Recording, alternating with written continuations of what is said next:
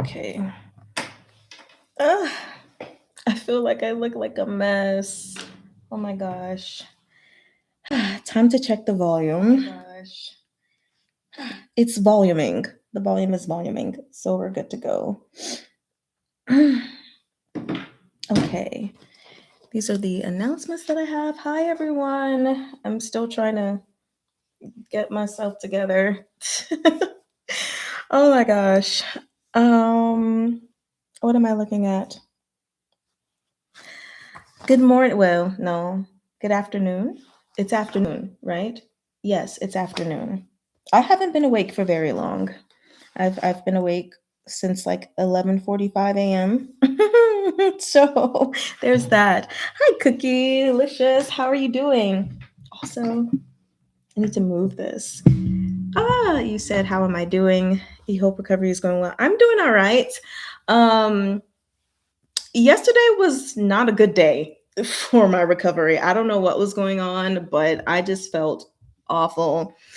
So, um, yeah, there was that, and I couldn't go to my godson's second basketball game. I already missed the first for surgery and the second one, so I was really sad about that. Anyway, that has nothing to do with my recovery. Today, I'm doing fine. Like, I walked to my mailbox because the doctor said, of course, I need to walk. So I'm trying to do that, and that seemed to go well. My legs were burning with like lactic acid. So I was like, well, clearly it's been a minute since I've even just moved around, but otherwise things are going fine. Like for the most part, I'm good. And then I'll just have like a random moments of pain. Um, Especially in my belly button. I got 4 incisions. So like one on the left side of my love muffin, one on the other side of my love muffin, one on my belly button, and then one like under my belly. So the belly button is weird. The belly button is weird. Is all I will say. The experience of healing, that healing process, and how it's been bothering me. Hi, Anne. It's so nice to see you. He said, "Oh no, I hope you feel better soon. Sending you lots of love and strength." Thank you. Thank you. I mean, I think I'm doing pretty well. They say that like the first 3 days are usually the worst and like so awful. And for me, they were bad, but like not terrible. So I think overall I'm doing pretty good, especially compared to a lot of other experiences I've heard other people have had after getting a laparoscopy. I think I'm in the general better field. So yeah, it's fine. I am doing a lot of resting. For the first few days, of course, I listened to Arha. I read what Arha volumes 7 through 9 with Brittany. I think it's Brittany from Gay Watch, which was a roller coaster of emotions. Oh my gosh. Now I'm just waiting for them to get to volume 10. I think this is the end of February. Yeah. Which I kind of don't want to wait that long, but when I thought about if I really wanted to read volume 10 by myself, I was like, nope. So I guess I'm gonna wait. The crazy thing is, hi Sigrid, how are you doing? The crazy thing is, the only reason I don't want to read Arha Volume 10 by myself is because of the extras. I'm not sure I'll make it through the extras because when I read the fan translation of the extras, I didn't give two craps about them. At least the ones to do with Shuemong. And I know so many people are in love with Shuemong and the adventures with Mei Han Shui and stuff, and I'm just like, I couldn't care less. Even after reading Arha again, I couldn't care less. But anyway, yes, hello everyone. Welcome, whether it is morning, afternoon, or evening for you. This is Mari Chan. Welcome back to my channel. As you can see, I am alive. I am slightly well. Hi, Priya. It's nice to see you. And yeah, we're here to do this doggone thing with QJJ, which, by the way, you said first time joining a live. I thought your name seemed unfamiliar here. So it's nice to see you. Welcome. I'm glad that for one of the first live sessions, it gets to be with anything involving QJJ. because, because QJJ is the stuff. Okay. I've been thoroughly enjoying it. Um, Hi, Beanza. It's good to see you here. How are you guys doing? I know you guys asked me how I'm doing. How are you? Woo! It's 2100 for you. That's pretty late. It's very late, but welcome. Yeah, I surprisingly, I don't know where time went. I was up till like almost 2, I think. So yeah, when I finally woke up, it was like 11:30 or something like that. You said QJJ is legendary. It has been thus far. I've been loving it so freaking much. Ooh, it's 1 a.m. Yeah, 2100. Uh, oh man, that's so late. I appreciate your dedication. And let me just give you a quick shout out because wow, 1 a.m. for anybody else too, whatever time, if it's past shoot 9 p.m. for you, you are a trooper. And thank you so much for being here. And if it is early in the morning, again, you are a trooper. Thank you all so much for your support and dedication. Y'all have no idea how much I appreciate it. So, let's see. It is 2:06. I don't really think we need to delay any further, so we're going to go ahead and get started. You're usually a night owl. Oh, late for oh, I misread that. Late for you is 1 a.m. That used to be the case for me, but recently, like this whole year, my brain has started shutting down a bit earlier. So we'll see. It's 12 a.m., but you have 2 weeks off from college, so it's fine. You sleep late anyways. Yay! Yay me! And yay you for a break. I'm so glad you're done with those finals and everything because I know you were like, ugh, finals, which I totally feel. I hated finals in school, in high school, in college. Just anytime I had to take tests, it just was a no for me. So before we get officially started, I want to go ahead and just let you all know there are some announcements I have. I think I'll share one of them now and one of them later. You're welcome. So, um, as you guys heard from my little intro for the first 4 chapters of QJJ Volume 2, I was like, I am back, baby. That was a very good day for me. I was in a great mood. Body was feeling wonderful. um, but I still have limits. So while I am back, I am not back necessarily in full throttle. Um, so I want to explain that to you all. Next week, for sure, I think was the 25th through the end of the month, it's going to be kind of like a back and forth, which is why I'm so glad I recorded these videos in advance of Copper Coins. It's going to be every other day, QJJ Copper Coins, QJJ Copper Coins, because I still need that extra time to like rest and recover. And the extensive note taking is a bit much right now.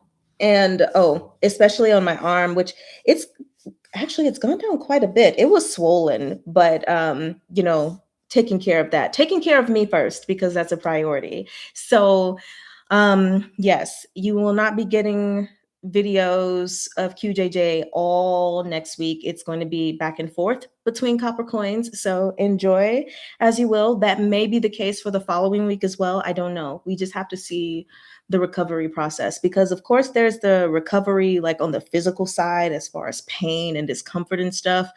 But I think the recovery is probably going to take longer than that. Um because sleep and just like energy. And I think my body just needs time to recover that as well in my mental. And like even when they handed me my doctor's note, if you will, they said that I could go back sometime in January, but they were like full duties, you can go back to them by February the 2nd.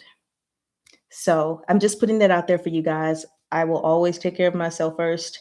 So next week, that's how we're doing it. So Monday, Wednesday, and Friday, you're going to get QJJ chapters. And then Tuesday and Thursday, it's going to be Copper Coins. Something that I have also already done, which I haven't gotten that far, is I did read the next 2 chapters of QJJ. So you won't be getting my first reader reaction, because I was like, let me just read it in my head and take notes down, and then I'll go back and record it, because it's been taking a lot of energy. So I just broke it up in a way that works best for me. So anyway, yeah, that's how we're doing that. And I'm hoping to get as many notes as I can. That way I can just recap over everything at the end of the video, because I don't know if we'll be able to go live next week, but we'll see. So that's the main announcement for QJJ Volume 2. You see some comments. You said, meanwhile, you got some sad news. Sad news! You're stuck on the Yenwusher embroidery. Boo-hoo. That's how I'm doing. Why is this sad news? Why are you stuck? What are you stuck on? Oh no. Also, you said, yes, health always come first. Don't worry much. Health comes first. Yeah. Oh, I'm not worried. I'm like, this is a new experience. My first surgery outside of wisdom tooth surgery ever. So I'm doing whatever it is I need to do to, take care of me. Hey, NFS, you made it. So glad you're here. So good to see your face too. Well, theoretically. So good to see your name. I guess I could say it's good to see all you guys' names. I can't see your faces. So that is the announcement for QJJ. One more announcement / unboxing, although there's nothing really like extra exciting. You said you miss a few basic colors. Oh, that's where you're stuck, but sad because it was going well. Oh, well, can you just keep going? Like maybe you can just be creative and do something else then. I walked to my mailbox, like I said, you guys, and I got a book, and I'm going to show it to you guys because it's relevant to this channel. Wait a minute. They usually have the little thingy for me down the... Now they don't? How dare they? Okay. And apparently my skizzers are missing. So I'll just have to pull from this.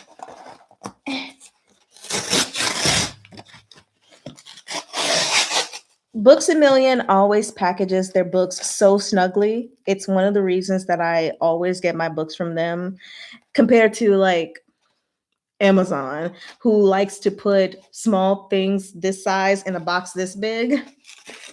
Like, look inside this. There's basically no room to move. But I'm sure you guys saw that title. Basic colors, boo. I thought it was all purples. Right, Yenwusher is just purple, purple, purple. Wait, there we go. Finally got Thrice Married to a Salted Fish. Hey, super excited. You said purple, mini reds, and billions of colors. So this finally came in, and I've been dying for it because I could have gone to the bookstore, but like when? After surgery. So it was ordered, and I've just been waiting for it to come in. Like waiting forever. But it's officially here. The reason why I wanted to share this unboxing with you guys is because you all know that we have a Mari-chan book club. I mean, the whole channel is a book club, right? But the one that happens offline, we read offline, and then we just come together to discuss it. So our next one, since we're waiting for volume 2 of The Wife Comes First, is Thrice Married to a Salted Fish. I'm trying to remember the dates. Hold on. For this one, let me pull it up really quickly. Here it is. So for the month of February, all the way through the middle of March, we are doing Thrice Married to a Salted Fish. Just for anyone who is their first time hearing about Mari-chan's book club, aside from the whole channel, what we do is we have a series that we're reading, unless it happens to be a one booker, but we have a series and we will read a certain number of chapters offline. Then I will pick a day for us to come on live and then discuss those chapters. It's basically a recap, our emotions, what we thought about it. It's what I do at the ends of my recordings, except we're doing it together.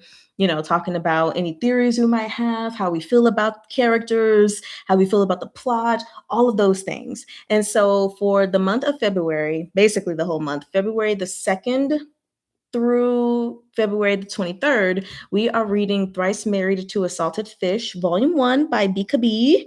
I love saying that. In the book club. And our first live session is going to be on Monday, February the 2nd, which technically means, well, if you have it, you could just start reading now. And yes, some people just go ahead and binge the whole thing and then that's whatever it is. But basically, start reading this next weekend. So the January 30th, the 31st, and then February the 2nd, February the 1st, so that we can discuss this on February the 2nd. We'll have to figure out how many chapters we're going to read and discuss for that first one. I guess I can figure that out now. I have to see like how many pages each chapter is. Usually we start on they started us pretty early. This is page 9.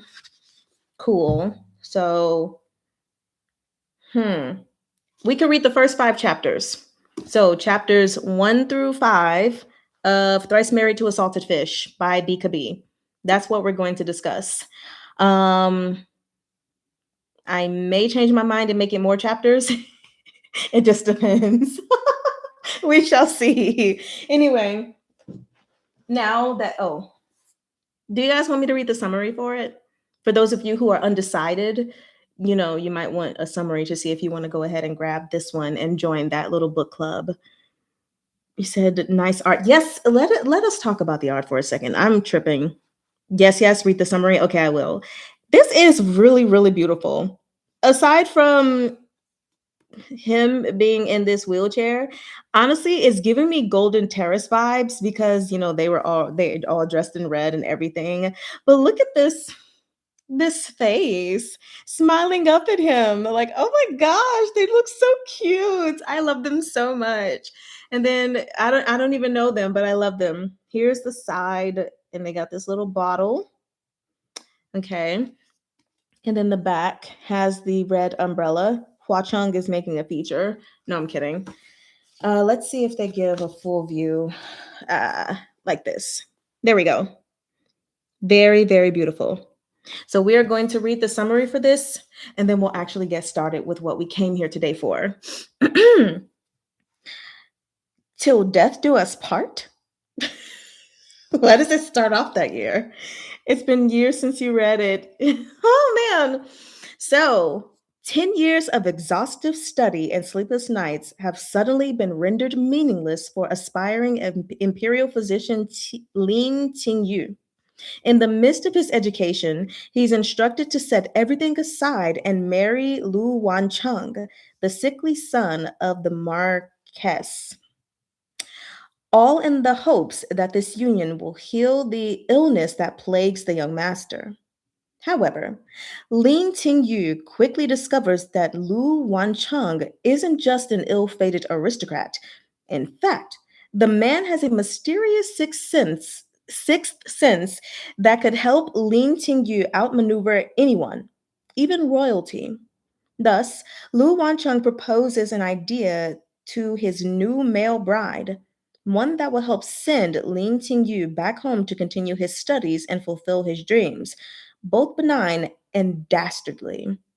Yet, as feelings bloom between these new allies, a dark truth threatens to rip them apart in both sickness and in health. Well, we love a sickly little man. I mean, come on, Toibuchi. I mean, even thinking about Shen Xiao, they're my favorite. I love my sick little masters. Exactly. So I'm sold because somebody is sick. Is that bad? I think that might be bad. Anyway, apparently this is the fan favorite Danmei about an unassuming nobleman and his treacherous male bride. making its English debut. So this is the summary of that.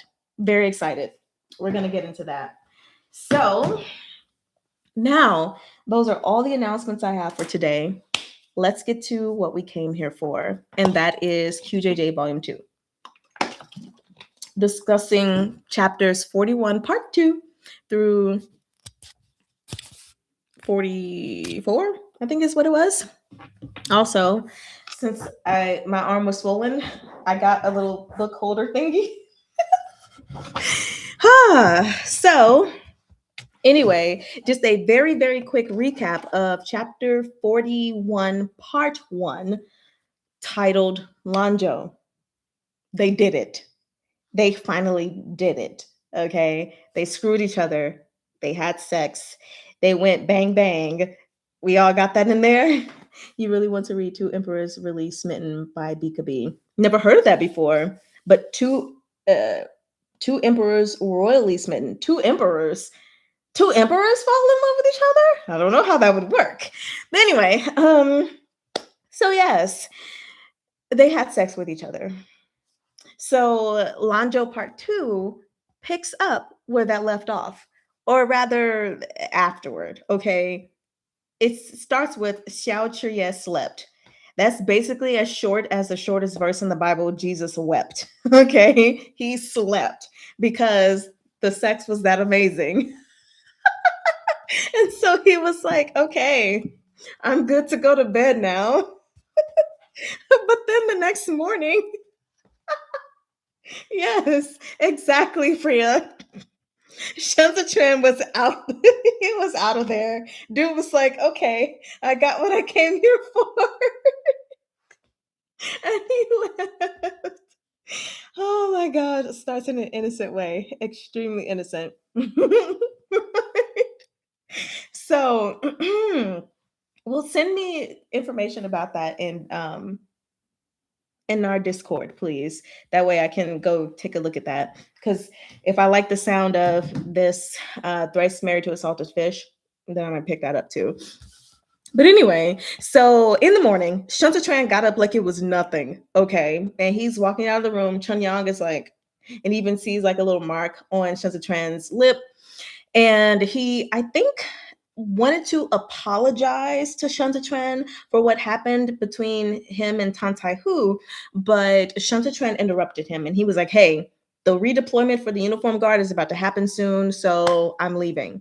And for anyone who needs to get caught up, remember with the whole staging a coup or the rebellion that was attempted with the Autumn Hunt, the embroidered uniform guard was being reassigned. Okay. So they were kind of stalled or stagnant for a while, and everybody was getting moved. Certain people were getting tried, certain people got beheaded, all of that stuff. And so their reassignments are coming up soon.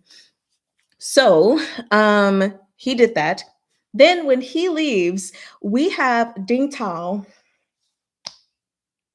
Right at this very moment, Ding Tao is my favorite side character. Just because he's so adorable and because he tried to keep Tantai Hu from hurting Shantatran, even though Gujin held him back. But anyway, Ding Tao, 16 years old, marriable age. He heard Shantatran and Xiao Chiye last night, but he thought it was fighting. He thought they were fighting. And so he was like, do you think there's something wrong with Shantatran? He seems kind of sad. And Chen Yang was like, well, he was smiling to me. I mean, he seems fine. And he was like, yeah, but they were fighting last night. So then they bring Gujin into it. And Chen Yang is like, how does he not know about the birds and the bees? How does he not know what sex is? Like, he's old enough to get married now. 16. He's old enough to get married now. Throw him away.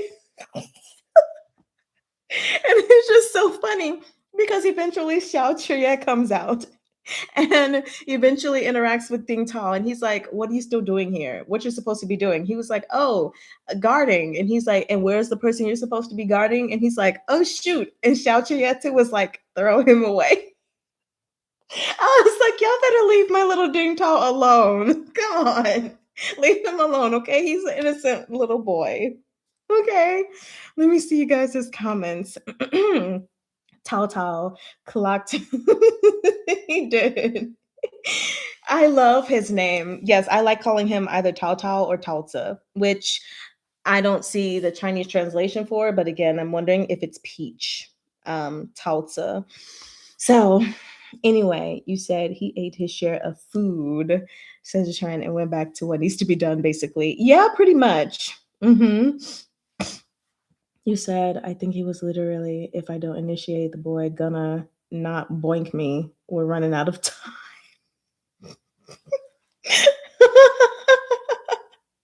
Oh gosh. Yes, remember the Yan Wuxi and Shen Chao assumption in the end? Yes. Yes. Actually, what happened is one of the characters thought they were fighting, but the other guy said, because he said, what did he say? It sounded like he didn't say heavenly something fighting or something like that. And the other guy was like, no, it sounds more like demons fighting. So the other guy knew they were having sex because demons fighting is like an idiom or whatever for having sex. So one of them knew and the other one didn't. But so anyway, I do remember that scene. It was very funny. So then we have Xiao Chia's brother is soon to arrive, right? And he does not want his soldiers, Xiao Chia does not want his soldiers talking about anything that happened. He says specifically to Chen Yang, like, Xiao Jiming doesn't need to know about any of this. Okay. So zip it. I'm assuming don't tell him about Tan Sai Hu. Don't tell him about what y'all heard last night. My brother doesn't need to know anything. So he's like, yes, sir. So then Chen Yang also, hi, how's it going? So then Chen Yang informs him that his shifu, Zuo Qiantu, is coming to town, essentially, to town, right? And he eventually rides off. Then we switch scenes, and Shen Zichuan is visiting Jigang and Mentor Qi in the Temple of Guilt. I hate that they're still in the Temple of Guilt because the Temple of Guilt is not anywhere anyone should be living. But okay. So he goes to visit them, and Shen Zichuan says that he wants to be reassigned to the carriage office of the embroidered uniform guard because it'll be closest to the throne. So he would have more sway in the emperor's ear, right? That's all we really know about the carriage office at this point. We don't know necessarily what they do at this point. So anyway, then we have Shen Zichuan and Grandmaster Qi actually having a moment that I think was very important because Grandmaster Qi points out Shen Zichuan's lack of understanding and also hatred that he has noticed has festered in his little pupil's heart. So he mentions this because Shen Zichuan basically said it sucks that Xiao Chiye was born as the younger brother. And so let me go to my my little notes. So before we get to that, Pimp My Carriage, Shen Zichuan edition. Yes. Oh, I was gonna snap, but I think I still can't like fully do things with this thumb. So the first thing he's talking about is Shen Zichuan and him killing Jile. And I wanted to highlight this part. It's on page 17 if anyone wants to go specifically to it. But he said, of course, killing rarely leads to a righteous end. And he was like, did Jile deserve to die? Yeah, but a clean slash of the blade would have still been death. And so basically here, Grand Mentor T is calling him cuckoo for Cocoa Puffs. He was like, you've clearly got some inner demons going on. You have let hate fester in your heart so much that when you went to kill this man, you didn't just shing and end it. You donkeyed him, as NFS put it. I think it was NFS that coined that. But you skinned the man. Something so horrific and so disgusting. And he was like, you can't do that. Like, you can't allow hatred to rule you and to blind you, right? And so then again, he's like, and for you to think that Xiao Chiye being born second is a misfortune to him. Now I'm really confused because I thought that this would be something that you understood very well, but clearly you don't.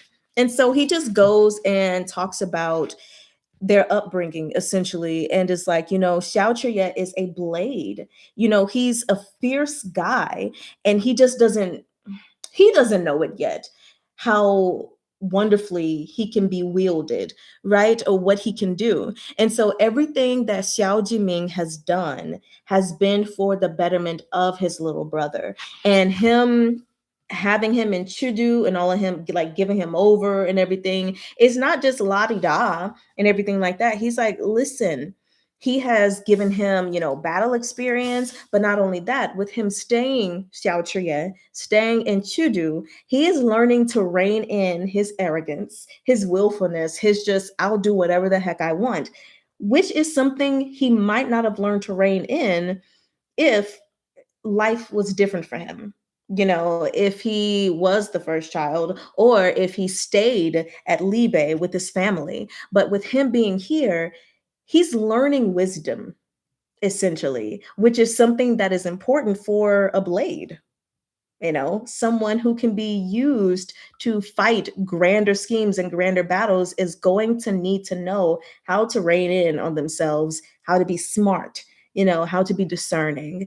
And he even says that what is taught in words can easily slip away. Only painful experience confers real wisdom. Xiao Jiming is a good elder brother. And he is just like, I thought you would have understood this the most, considering you had Jimu as your elder brother, but okay, you don't. And so then he's like, Lanzhou, I gave you your name, Lan, Orchid, Joe, Boat. And he's like, I gave you this name and I've been teaching you, you're a good kid and everything, but do me and your Shifu not matter? Like, why are you so unhappy? Why have you been so unhappy these past 5 years? Let's talk about it. And so then he goes on to talk about everything that happened at Chashire, the sinkhole, right? And in the end, he's basically like, Jigang has been trying so hard with you over these years, and it seems like you are still blaming yourself. You're blaming the wrong person. And so at that point, I was like, I wonder if he just has like survivor's guilt. Yeah. So I kept reading, and then it, talked about everything that he was hearing in the sinkhole. And he had a moment of understanding why he was infatuated with Xiao Chuye's smell. And that was because it was the brilliance of scorching sun, the light that allowed him to escape the darkness of the sinkhole. Right? And then as we kept reading, it did say Jimu was dead. Why hadn't he died instead? So I was like, boom, it is survivor's guilt, which is totally understandable. In scenarios like that, people have it all the time when they're in dire circumstances and the people around them die, but they're still alive. Even if they didn't do anything wrong, it's just like, why am I alive and they're dead? Why couldn't it be me instead? So he has major survivor's guilt. Let me see. Do we think Lanzhou thought that will be it with him getting out of the system? I don't know. I think maybe he thought after that one time that he would be good. He was like, okay, I got my rocks off, so I should be good now. We'll see about that. But yes, now that you mentioned that, I do think it's possibly that such an important scene. Mhm. Denial is not just a river in Egypt. He doesn't understand himself as much as he believes. Yeah.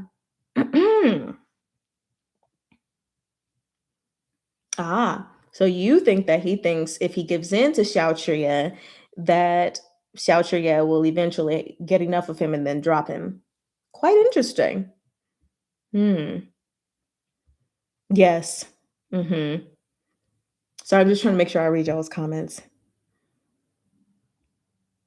Yeah, exactly. Yes, he does hate himself. I think that's very clear because at some point he's like, and I think it might be on the next page. Let me see. I don't have book one right here with me. I was supposed to because I thought this in volume one, but I didn't say anything. But I have here in my note reference to book one. Xiao Chuye was the bright reflection who possessed everything Shunzi Chuan did not. And that was something that was mentioned in book one, that he was this light in the darkness. So I'm trying to see. Yes, he doesn't like himself. Here we go. He couldn't tell anyone that the Shunzi living in this body was repulsive, a killer with a grotesque mask for a face. So yeah, he doesn't like himself. He probably doesn't like himself for all that happened in the Chashire sinkhole. And shoot, I mean, it probably even goes back to just experiences he's had in life, not being loved or cared about from his father and the rest of the family, having to get rescued from that to live with Digong, Hua Pingting, and Jimu. So poor little baby. Anyway, so we have that, and I stopped looking at my notes while talking about all of that stuff. So I need to find my page again. Ah, so, oh, here we are. So then 3 days later from this little conversation, we get to the embroidered uniform guards reassignments. They finally come, and we are introduced to a new character. Okay, Han Chung. Has this character been involved in anything quite yet? No. So calm down. I know there are lots of characters in this, and so sometimes we're like, oh my God, calm down. Nothing has happened with Han Chung just yet. We're good. But he was formerly the assistant commander of the 8 Great Battalions, transferred to the Embroidered Uniform Guard as the chief commander. For those of you who don't remember, the old commander of the 8 Great Battalions was Shigu An. He's been beheaded. Okay. There was someone in one of the comments under the video of the volume 2 reading who asked me to go over characters. So as we come up on them again, I will try to just do like a quick update or reminder of characters. So Shigu An was the former commander of the 8 Great Battalions. He was the one during the Autumn Hunt who was supposed to stand up for the Emperor, but then Jile was like, it's not too late. The Empress has your child and your wife. And he was like, oh, the Empress sick. I'm changing sides. Okay. He's the one with the brother, Shi Hongxuan, who is secretly working with Shan Zichuan. So hopefully that is enough for that little bit. You said you're currently rereading a Danmei where handkerchief sniffing is also taking place. Wait a minute, what comments have I missed? A pile of bones looks pretty from afar, but when you approach, you'll see you don't like it. I do remember that line too. And he was like, a pile of bones doesn't touch something like that, okay, baby? But now he sees himself as a pile of bones, a dead man, right? Anyway, so that we have that new person in position, relevant, but not right now. And then we have the staff of the 12 offices are still being reassigned as well. Shunzi Chen did go from elephant poop scooping elephant training office to the carriage office. And Gu Ting got a promotion from company commander to judge. If you guys remember, Xiao Tianya was the previous judge. Xiao Tianya was the one who first greeted Shan Zichuan into the embroidered uniform guard. So now that's Gu Ting's position. Go Ting Ting! So yes, his token, Shunzi Trans, now that he's in the carriage office, his token has Emperor's Entourage. So he's big stuff now, right? They work closely with the Emperor, and he should have many opportunities to win the favor of the Emperor, aka Li Jianheng. So we'll see, because Chen Yang talks to him and he was like, hey, wasn't he supposed to go to the horse training office? How did he get to the carriage office? So they had their own plans, but Shun Tzuan had his own plans as well. And so Xiao Chuya is like, maybe he didn't care for it. He just likes to live on the edge. He's never been meant to be like a model citizen. So let's watch him and let's go ahead and get in the way, basically, because he knows that the Ji clan, Ji Gong and all of them, they have a lot of power in the embroidered uniform guard, right? And so he's like, we don't want him to get too much power. So everything that the embroidered uniform guard usually does, let's give those responsibilities to the Imperial Guard. That way he has no opportunity to elevate himself. And it's like, okay, great. So that is all of chapter 41, part 2, Lanzhou. Then we move to chapter 42, Red Plum Blossoms.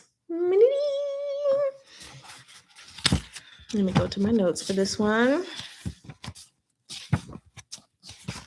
Where are my notes? Starting. Okay.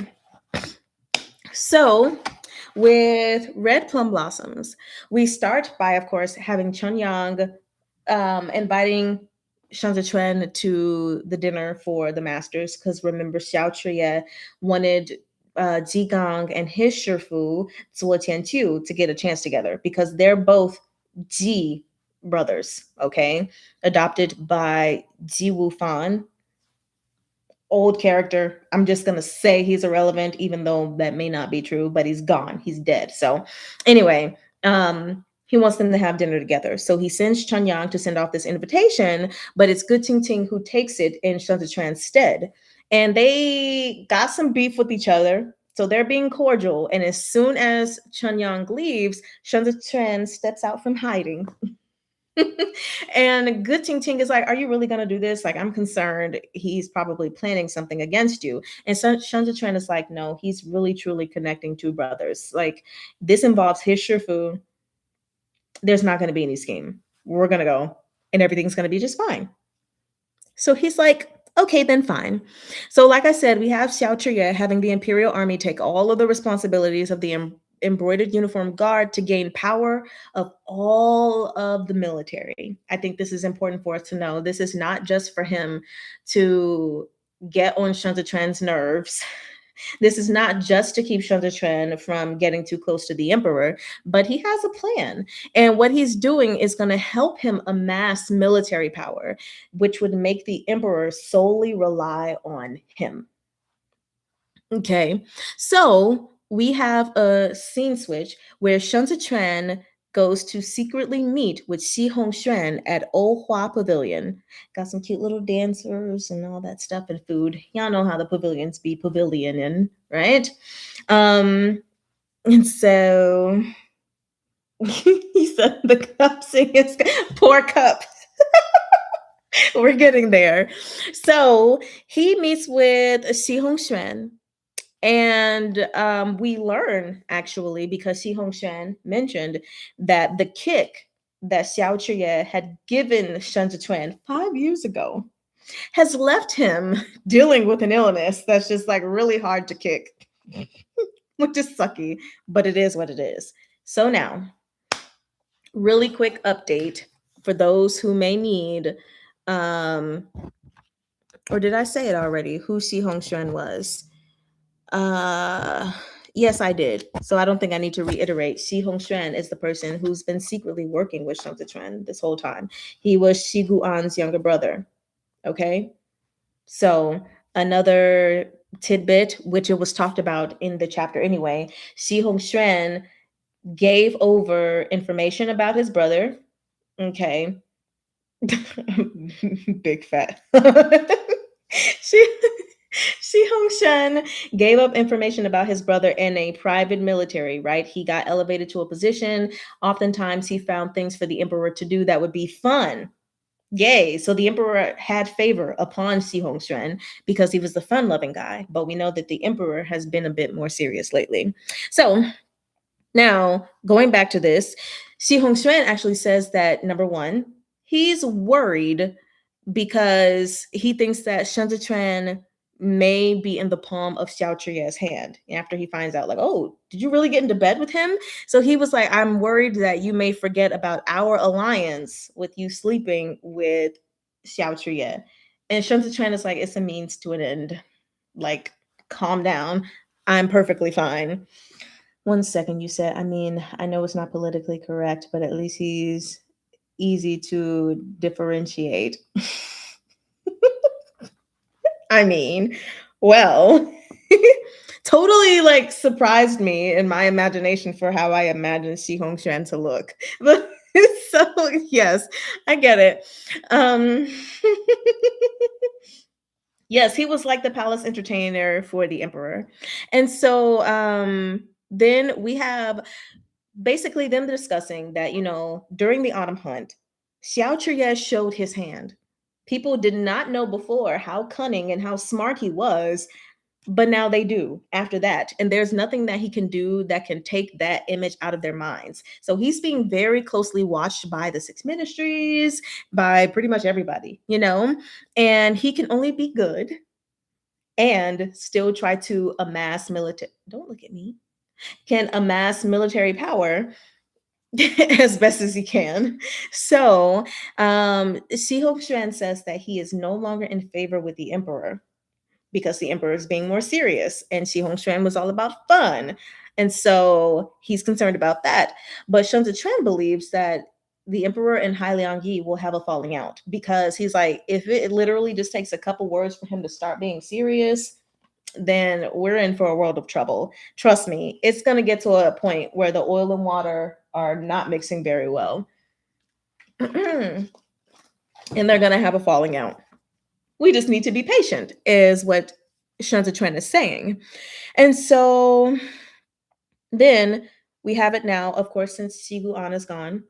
Shi Hongxuan is the head of the Xi clan now, and Shun Zichuan wants him to unite the 8 clans, the 8 great clans, to guard against Xiao Chuye. That's one thing, but he's thinking about all of the new scholars that will rise, all the guys who are getting their education, right, and will eventually rise to power.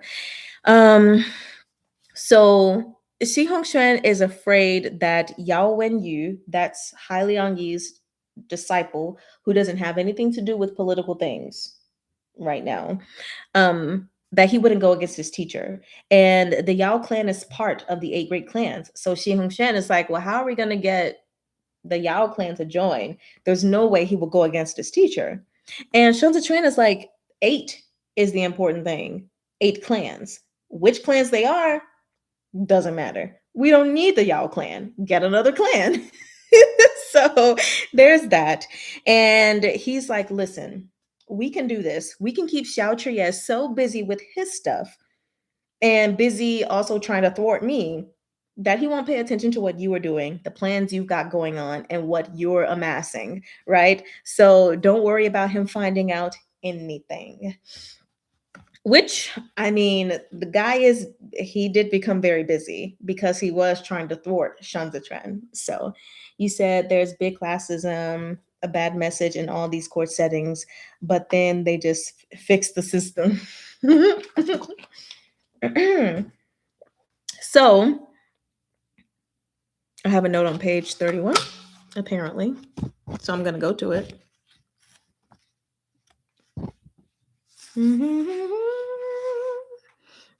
Oh, yes. It's actually page 30, I meant to say. So eventually, Shun Zichuan ends that meeting. Okay. He's out the door. But what we find is that there was somebody hiding during this conversation, which I also want to say, while Shi Hongxuan and Shun Zichuan were talking, Shun Zichuan had said, you guys can, actually, let me go to that exact page. Yeah. He said, Chudu belongs to all of you. Not all of us, but all of you. So anyway, then and Xi Hongxuan missed that. But when Shun Zichuan is gone, we have Xue Xiuzhou coming out from hiding. Alrighty. Now, a quick recap on who Xue Xiuzhou is, if anyone does not remember. Xue Xiuzhou, He is the one, the silk guy. I feel like that might be vague and some people might not remember. So when we go back to the autumn hunt, remember when Hai Yi bent before the emperor and was like, "Hey, emperor, there's someone who's been trying to get to you, but their letters have not been getting to you. It's Xue Xiuzhou." He was like, "Well, let me hear him." Xue Xiuzhou was the one who was like, "Here's all the money that's missing. That's supposed to be going here, here, and there, and it's not." And let's look at Hua Siqian, the Hua family, because it has to do something with them. And that, okay? Just put it in the most simplest terms possible for the people that needed that recap. So anyway, back to the present. Xi Hongshuan and Xue Xiuzhou, there was too much in all of that, are using Shen Zhiquan to obtain their goals against Xiao Chuye. They're trying to bring Xiao Chuye down, believing that after they take him down, that Shen Zhiquan's true self, his goals, his ambitions, whatever it is he's trying to do, will also be revealed, and that they'll know his motive, his weakness, and everything. Right. So we'll see how that goes. Yeah. You said, see. Right? 玄明学贤学修究西红玄 It's so many everywhere. It just can't. So there's that. Then what we have is Shantatran actually left the room, but he did not leave the pavilion. He waited around for a little bit. And at first I was like, oh my gosh. So he definitely knew that someone else was there listening to their conversation. Right? Right. That's still my theory. And so anyway, he goes to a different room and he gets some male courtesans before him. He doesn't have them do anything to him. He just has them take their clothes off. And he looks at all of them. And he's like, wow, they have fair skin, but they don't have calluses on their hands like a certain Xiao Cheer. I'm sorry. No, they don't have a certain, wait, no, sorry. Thinking all about Xiao Cheer while looking over these boys. And I'm trying to see exactly where it was. Yeah, their hands were very slender. There were no calluses or thumb rings on those hands. So Sir was looking at them and he didn't feel a single thing. Then he leaves and he's doing a product appraisal. So he leaves, right? And he's being followed by our beloved Taozi. Okay, Tao Tao is following him. He's been trailing him. He pulled out his little notebook to write what he was doing. But then he got intercepted by a guy in a bamboo hat. So Shelian came into the story just for a second. Or the man who gave Shelian the bamboo hat came into the story for a second and was like, hey, you shall not pass, right? Nothing looks like Xiao Chu yet. Exactly. And so the guy doesn't let him pass. And Ding Tao can tell, like, he's really strong. Probably not someone he should follow. So he skedaddles. And then he's like, wait a minute. That person was vaguely familiar. But it's too late. So then this person follows Shen Zhiquan only to see that he was led into an alley. So, wait, make sure I'm flipping to the right page.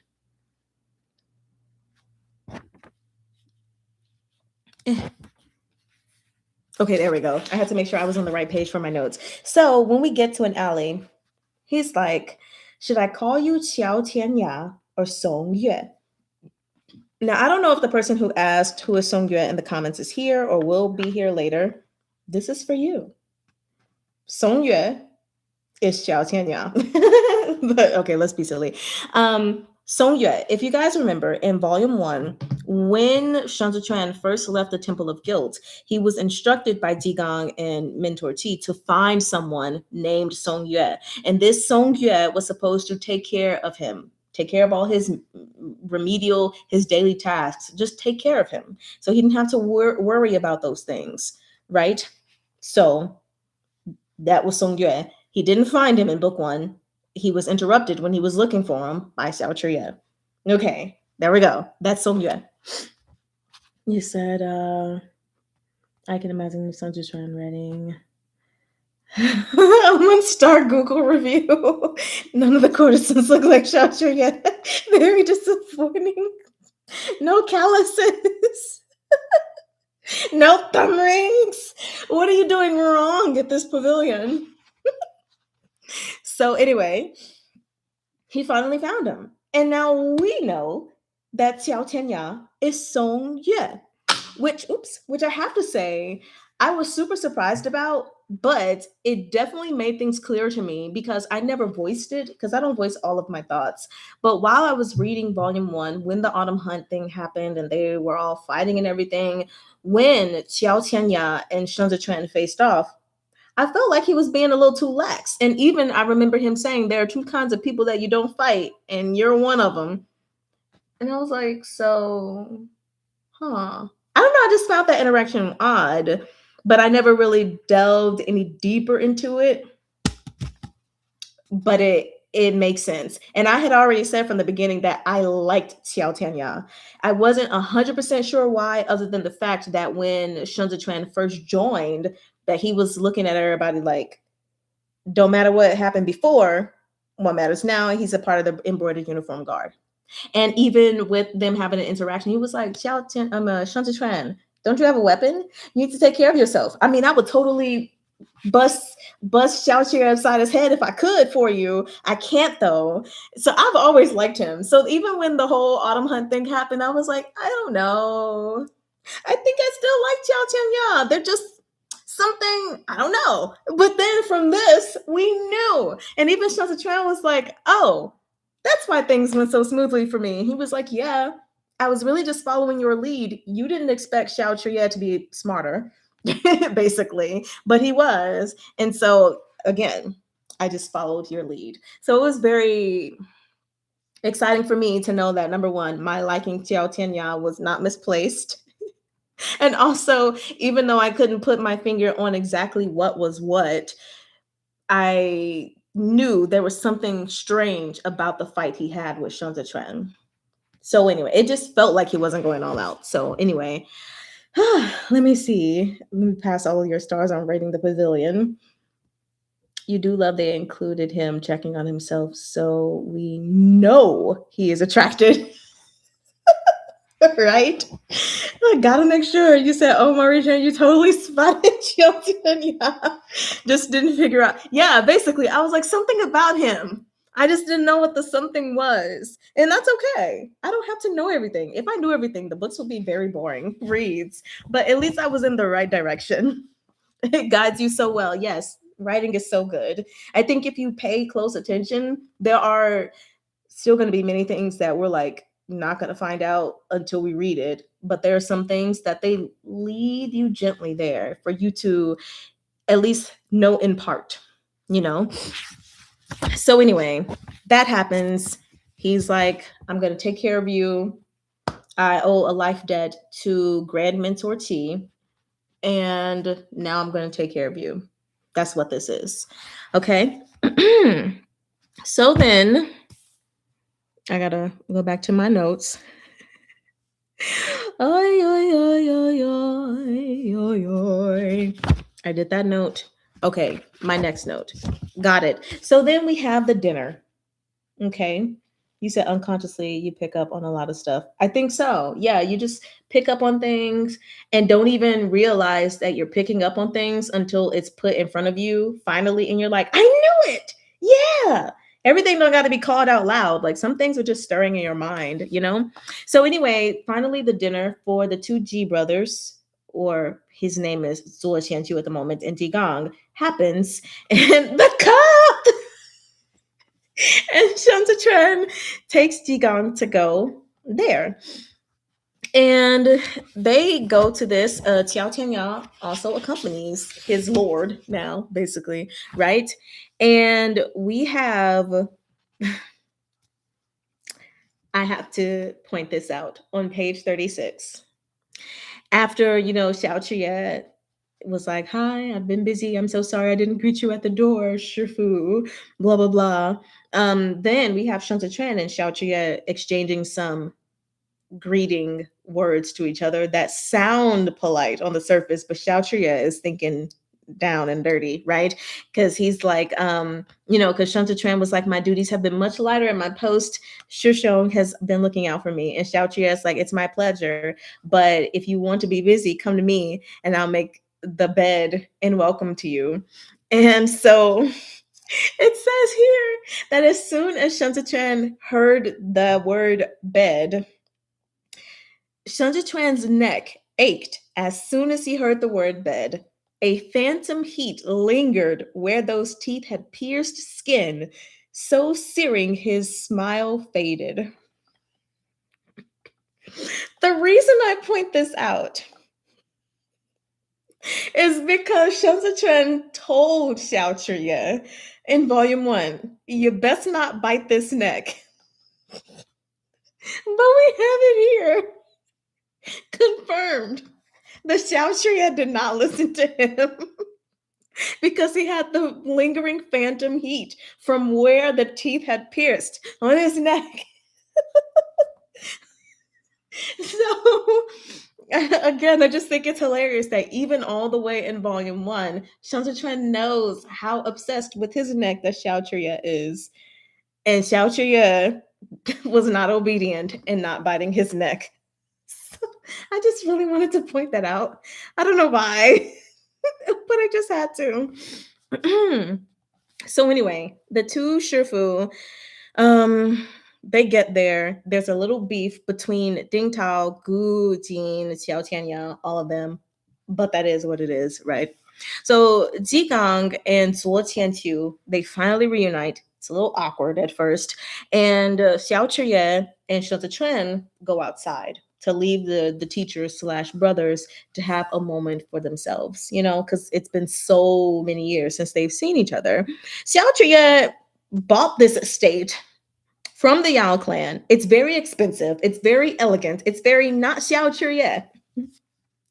And Mr. Flirty McFlirt Pants says, snow envelops the red plums.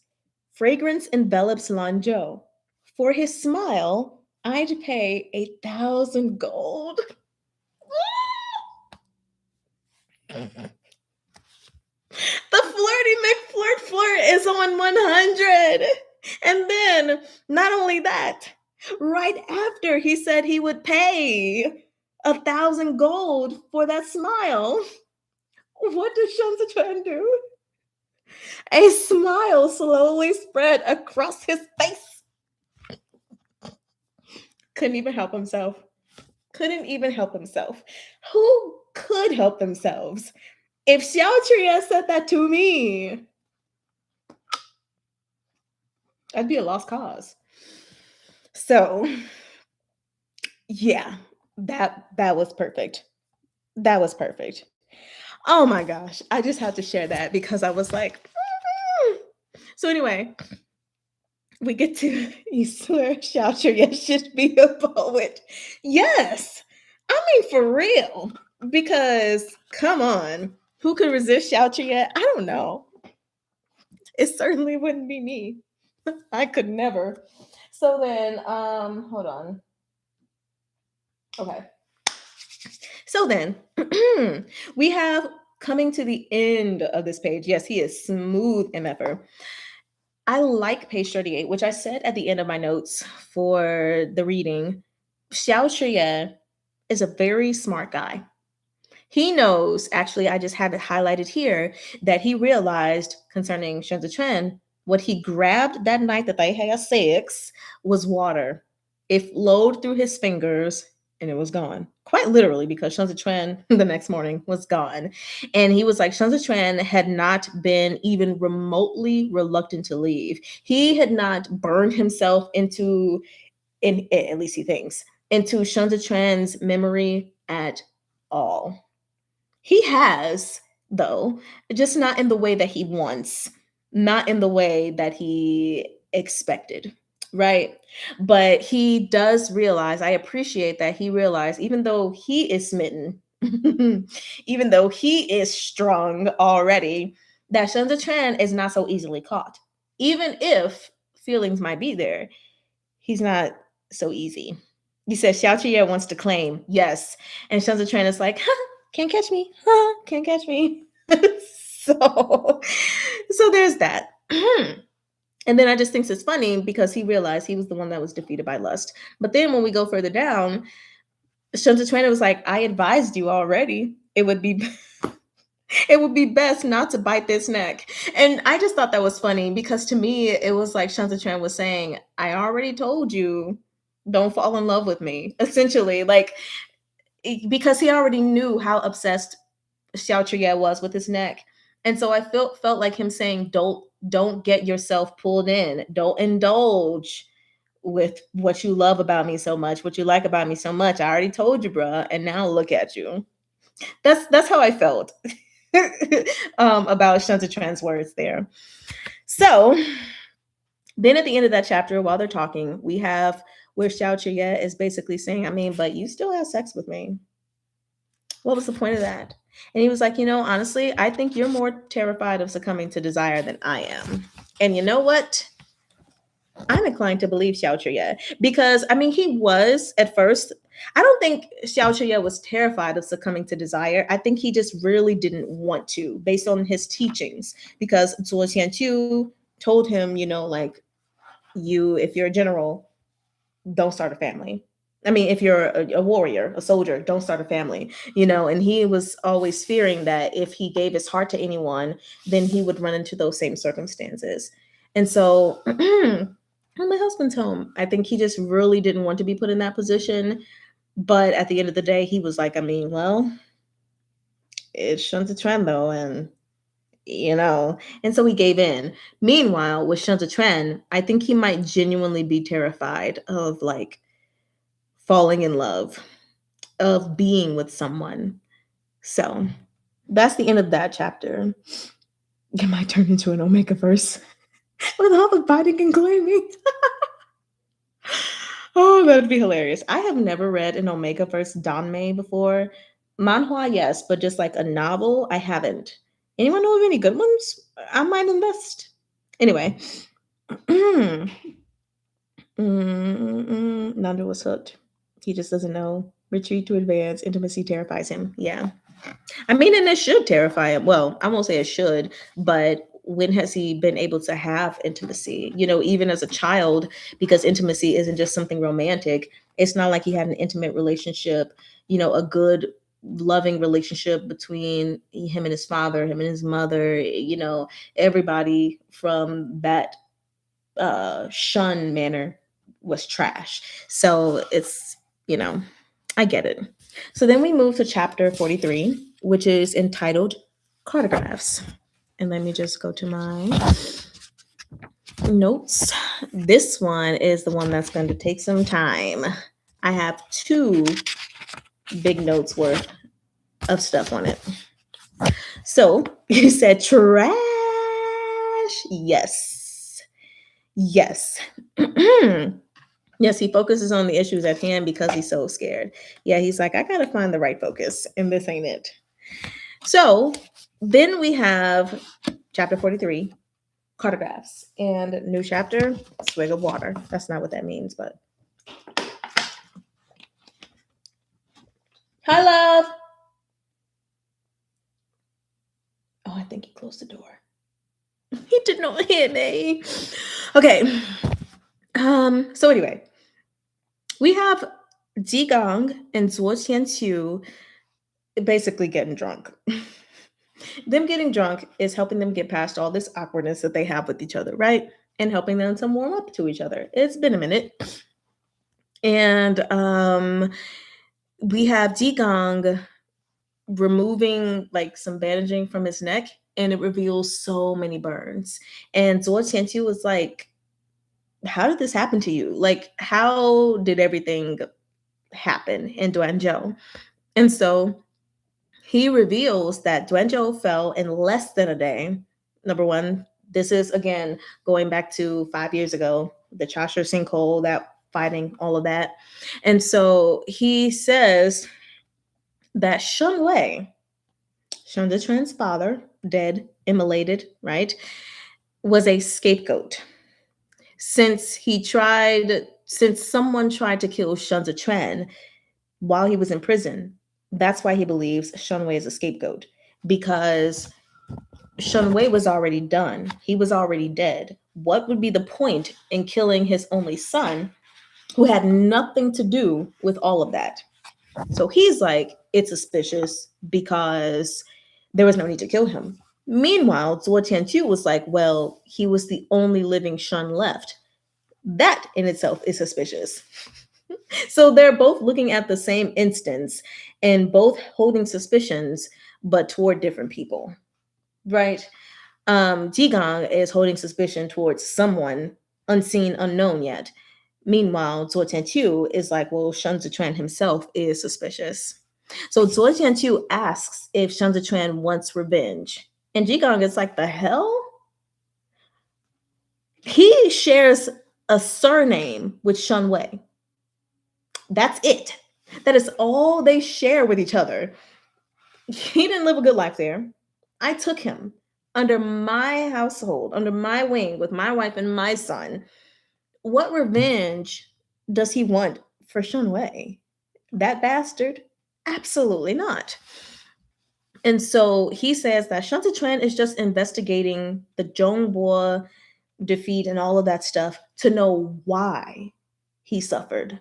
Not to get revenge, but to know why he had to suffer 5 years ago for everything that happened and who on the inside was helping Shun Wei. Who was orchestrating this stuff? I mean, and of course that makes sense. If he could know why he suffered, if he could clear his name, maybe not his family name, maybe not Shun Wei, but if he could clear his name, if he could find out the truth, duh, that would give him peace. Who cares about revenge? So, anyway, Zuo Tianqiu again argues that Shun Zitran being the survivor and Shun Wei immolating, burning himself alive, is sus. And he eventually, Jigang is like, well, the kick that your disciple, Xiao Chiye, gave him almost killed him. And he was like, well, I'm not going to defend my disciple, but like, I mean. So then Zuo Tianqiu calls Xiao Chiye in and tells him to say sorry to Shun Zitran and Jigang. Meanwhile, Jigang says, no, Shun Zitran, make a toast. And so they're throwing the cup over. Yes, this is a cup scene. They throw the cup over. And Xiao Chuye was about to catch it, but then it was, like I said, thwarted. And so then we have Shun Zitran and Xiao Chuye sparring. They're fighting to get this cup full of liquid, by the way. And they're fighting while maintaining all the water inside of this cup. And while they're fighting, Xiao Chia is also making sure that he fills up on Shun Zitran as much as he possibly can. Touching on his calf, reaching into his lapels, and eating a red plum blossom, because what else is Xiao Chia good for if not getting his fill of Shun Zitran? He's gonna get everything he wants. So they're fighting. And even in the midst of fighting, Zuo Tianqiu even tells Shun Zitran, like, hey, you need to knock him off his balance. And Shun Zitran tries to do that, doesn't work. And that's how Xiao Chia ends up getting to fill up on his calf and everything. But they're fighting. And eventually, Xiao Chia pretends, he's like, oh no, the liquid's dropped out of the teacup. And Shun Zitran looks, and he loses their fight. Xiao Chia takes the cup and drinks. So, just a cute little spar. And the two brothers, Zuo Tianqiu and Jigang, weren't even aware of like the undercurrents of the heat that was passing between these two fighting. Anyway, we're gonna leave that alone. Let me see some comments. He said everything I was thinking of, says Anne. Shun Zitran only shares a surname, but has no further ties with that Shun guy. You just want to jump in the book and boink them every time. Someone blames Shun Zitran for everything. Exactly.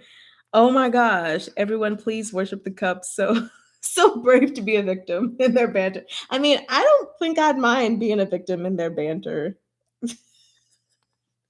I don't know how that would work. To turn me into a little teacup. Let me be Beauty and the Beast teacups. I'll be Mrs. Pot. Okay. It's like, let me be there in the moment to watch them. Yes, I would love to see this fight scene visualized besides in my head, but unfortunately, it's probably only going to be in our heads. We shall see. Anyway, that scene was magnificent. So then we have them leaving again, leaving Jigong and Zuotianqiu alone, and they go to the library of this beautiful estate. And they both sit on opposite sides, basically minding their own business. When Shen Zichuan finds a cartograph, by the way, is an illustrated map. So it's not just looking at like the map, like for instance, of the United States and seeing all the states. It would be more so zooming into a particular state and seeing certain landmarks and all of that stuff within that. So it's an illustrated map. And he finds this cartograph of the Northern Mountain Range. So this is where I'm about to pull up the map. Because guess what? The map that was in volume 2 is the same map that's in volume 1, but with more detail. So, time to share my screen so that we can look at these things together. Alrighty. Hold up. You said you love any film map as they go. Yes, it's crazy because when I started reading, I was like, oh, time to look at the map. And I pulled up the map like on my device and I was like, I'm not seeing this stuff on here. What's going on? So then I just flipped to the map in the book and I was like, oh, they filled in information. And I was like, that's so great. So then, yeah, I went to online to find this one, which was slightly difficult, but I found it nevertheless. So let me go back to my notes really quick. Alrighty. I'm going to have to move this off of my book stand because it's in the way of my shared screen. Okay. Good job, Marja. So we start off by knowing, of course, that the Hongyan Mountains, which is going to be all of this, all of these mountains, all of these mountains, all of that mountain. They're split into 2 ranges, east and west. Okay. All right. And Xiao Fengshu is actually Xiao Fengshu is Xiao Zhiya's daddy, remember? The handsome, ruggedly handsome daddy that expanded the territory and the border and made present day Libei. This man is great. Okay. He deserves his props. And so this map also holds info on the Northeast Provision Trail, which we will learn more about as we continue going. But I'm going to zoom in really quickly. This is the Northeast Provision Trail. Okay. All right. Oop, I didn't mean to zoom in that much. Okay. All right. I feel like I might have to do a lot of page flipping, but ruggedly handsome daddy. Yes. So we have that Chudu. They made highways for transporting provisions. Okay. Provisions could be food, yes, but provisions could also be military supplies and all of those things. And on, right, I need to go to page 48. 1 second. That way I can, okay. So let me zoom out. So we have Tidong. This is Tidong here. Them transporting stuff is very complicated, but when it comes to Libei's Northeast Provision Trail, it's very clear cut. It's direct. It is dry. You get it. Clear cut and dry. So grains are transported from Qingzhou. That's all the way down here. Okay. They go from Qingzhou to the port of Yongyi, which is right by them, right here. Port of Yonggi, there's all this beautiful water. And then it goes from the port of Yonggi to Chudu. So they eventually make their way up here. This is Chudu. Then they go to Trenchang, which is here, going through those the mountains are going through Trenchang. And then from Trenchang, then they go on this provisions trail. Straight to Lee Bay so they can get their resources. Okay? Okay. So then we have it that this Northeast Provision Trail is heavily guarded at multiple points, right? Along the way by the Lee Bay Armored Cavalry. So even if the Emperor wanted to get through, he would have to have the commander's tally for authorization. So if he just showed up, he could not go through. He has to have Xiao Jiming's commander's tally to get through. And for the most part, this trail is impregnable. It's unassailable. No one can defeat this trail because it's so freaking heavily guarded. It's like you can't get through their defenses. So even with really, really awful, brutal battles, they are good to go. The defense is that great. And not once did the Biansha horsemen didn't get there. They couldn't even see the Northwest Provisions Trail because their security is that good. You didn't have it within sight. Like, come on, that's pretty crazy. So the Northeast Provisions Trail, again, this supplies their military supplies, and 5 years ago, when the battle happened, the reason why the troops were deployed so fast by Xiao Jiming was because this trail passed through Suzhou, this is Suzhou right here, this big old thing. And so again, their security was really good on the way there. So they didn't even have to be careful, if you will, while they were making their way to save people during the war. It's like they didn't have to rush there and be on the lookout. They could just rush to save the day. So we have that.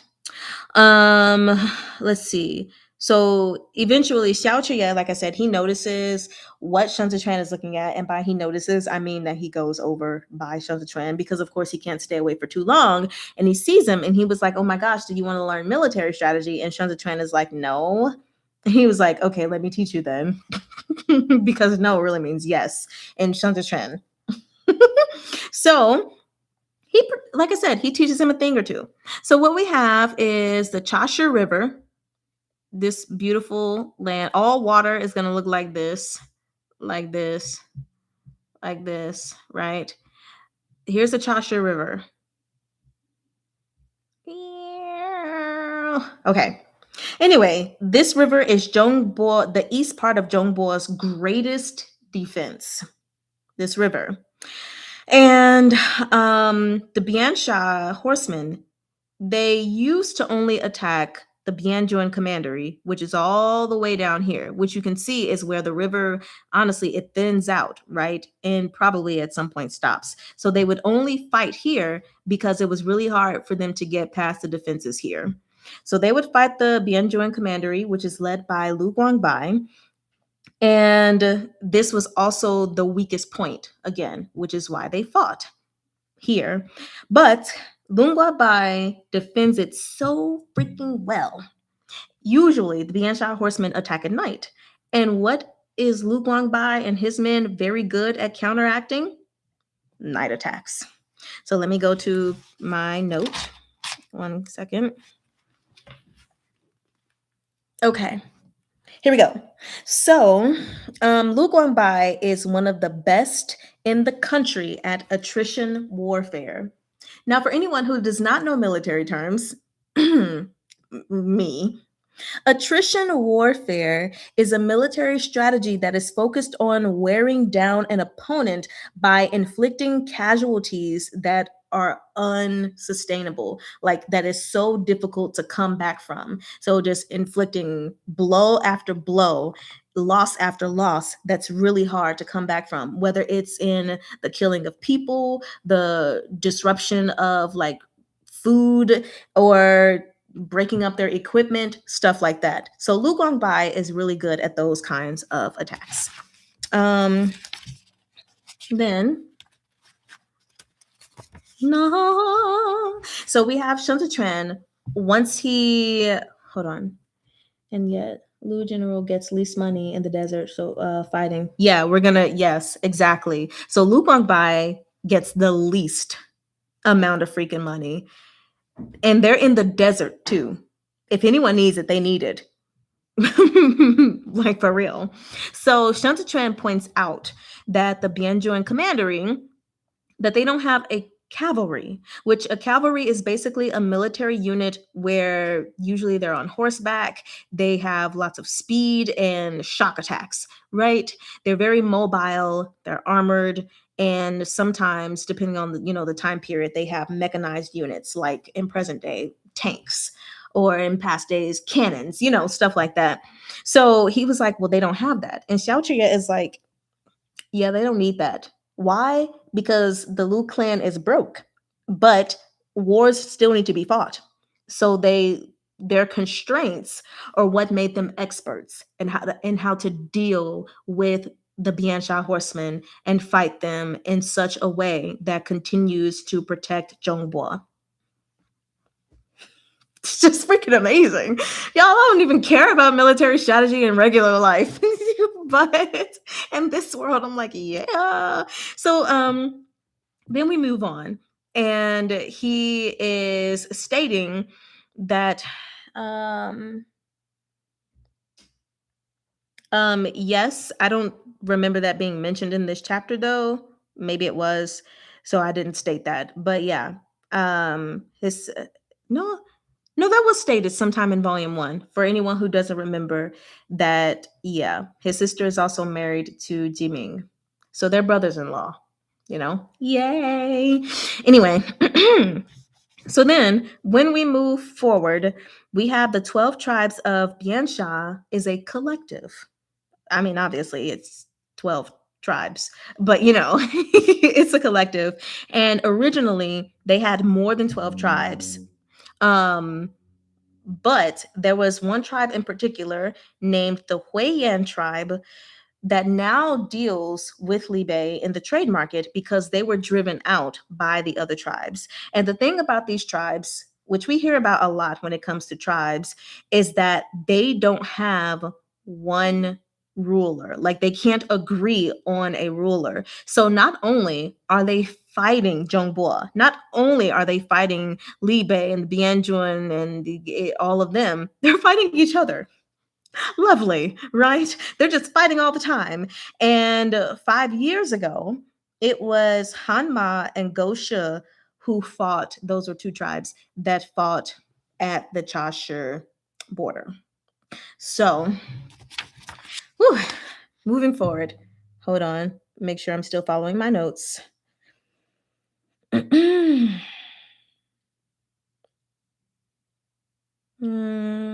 Okay, yeah. So as they keep talking, then Sun Tzuan is like, he thinks that the Biansha horseman's goal was never to take over Chudu, but that they had a different goal in mind altogether.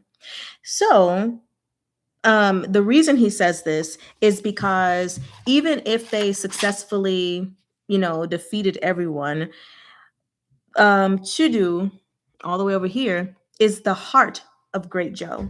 So, meaning that's where the best defenses of everything is, right? He was like, even if they made it through, they would have ended up surrounded on 3 sides. There was the Libe armored cavalry who came from all the way up here.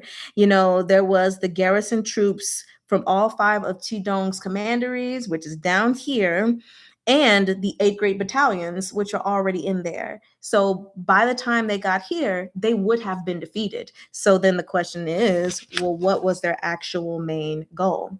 Xiao Zhiye says that he believes they wanted to head to Jueshi, which is where the two major ports are. So again, here's Jueshi. Here's the port of Yongyi, which starts getting the provisions to Libe. And here's the port of Yongquan. Ports are very important. Ports are very important. You can't spell important without port. So, anyway, if they were able to seize these two areas, which would cut off military supply and other provisions getting to Chudu, getting to Libe and everywhere in Great Zhou that they needed to be, then they would have Chudu by the throat. They would be successful. So he believes this was their original goal. Not Chudu, but here. Nevertheless, they failed. So, the question is, who inside of Chudu in the embroidered uniform guard, someone gave Shunwei a map of Jueshi to give the information to the Biansha horsemen? That is the question. And what are they looking at? Xiao Qiye and Shen Zhichuan are thinking the Ministry of War. Somebody from there. And it even ends with Shen Zhichuan saying, so in that case, it's not just Shun Wei. Anyone could have done this.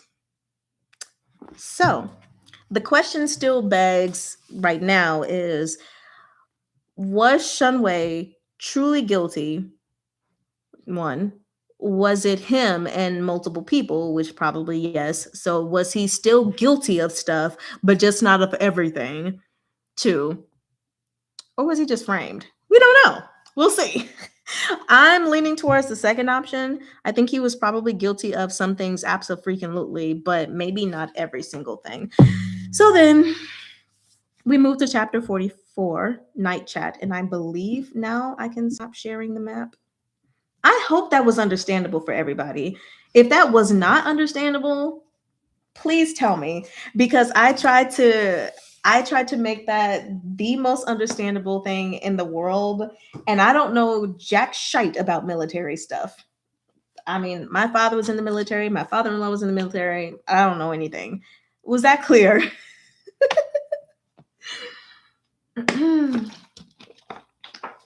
So, moving on to chapter, oopsie, I hit my mic. Moving on to chapter 44, which is the final topic chapter for the day. Fascinating logistical setting.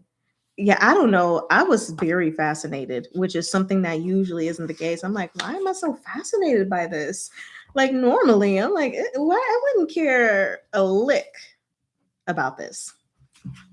So, moving on to chapter 44, since it seems like everyone understands. Oh, wait. Here came my question from the comment. Was Shunwei an actual traitor by his own will, or was he the scapegoat of power behind him? Oh, yeah. So basically what I said. Exactly. You said Shunwei was both. That's what I believe too. I believe that he was a traitor, but also a scapegoat. You just think, what if some people wanted to get rid of the Shun family? Why? Because well written. Why am I intrigued by military strategy? Because it's well written, obviously. I'm inclined to believe you. I am inclined. You said because of their power. So let's move forward. Night Chat. We have Xiao Qiye telling Shen Zhichuan that he can investigate the Ministry of War. He is not going to stop him because he wants to find out too. But anyway, they decide that they are going to trade information while Xiao Qiye flirts with Shen Zhichuan, getting all up in his space in the name of secrecy. Because, oh my gosh, I don't have to re-go over that scene, but he's funny. So anyway, we go to page 54, in which Xiao Qiye talks first. Oh, because I'm sorry. We also have Shen Zhichuan calling Xiao Qiye an asshole again, and I just believe it's important because Xiao Qiye was like, sure, but what can you do? This is important because it gets used against him later. Sure, but what can you do? So, anyway, Xiao Jie goes to tell that Shen Wei didn't set himself on fire.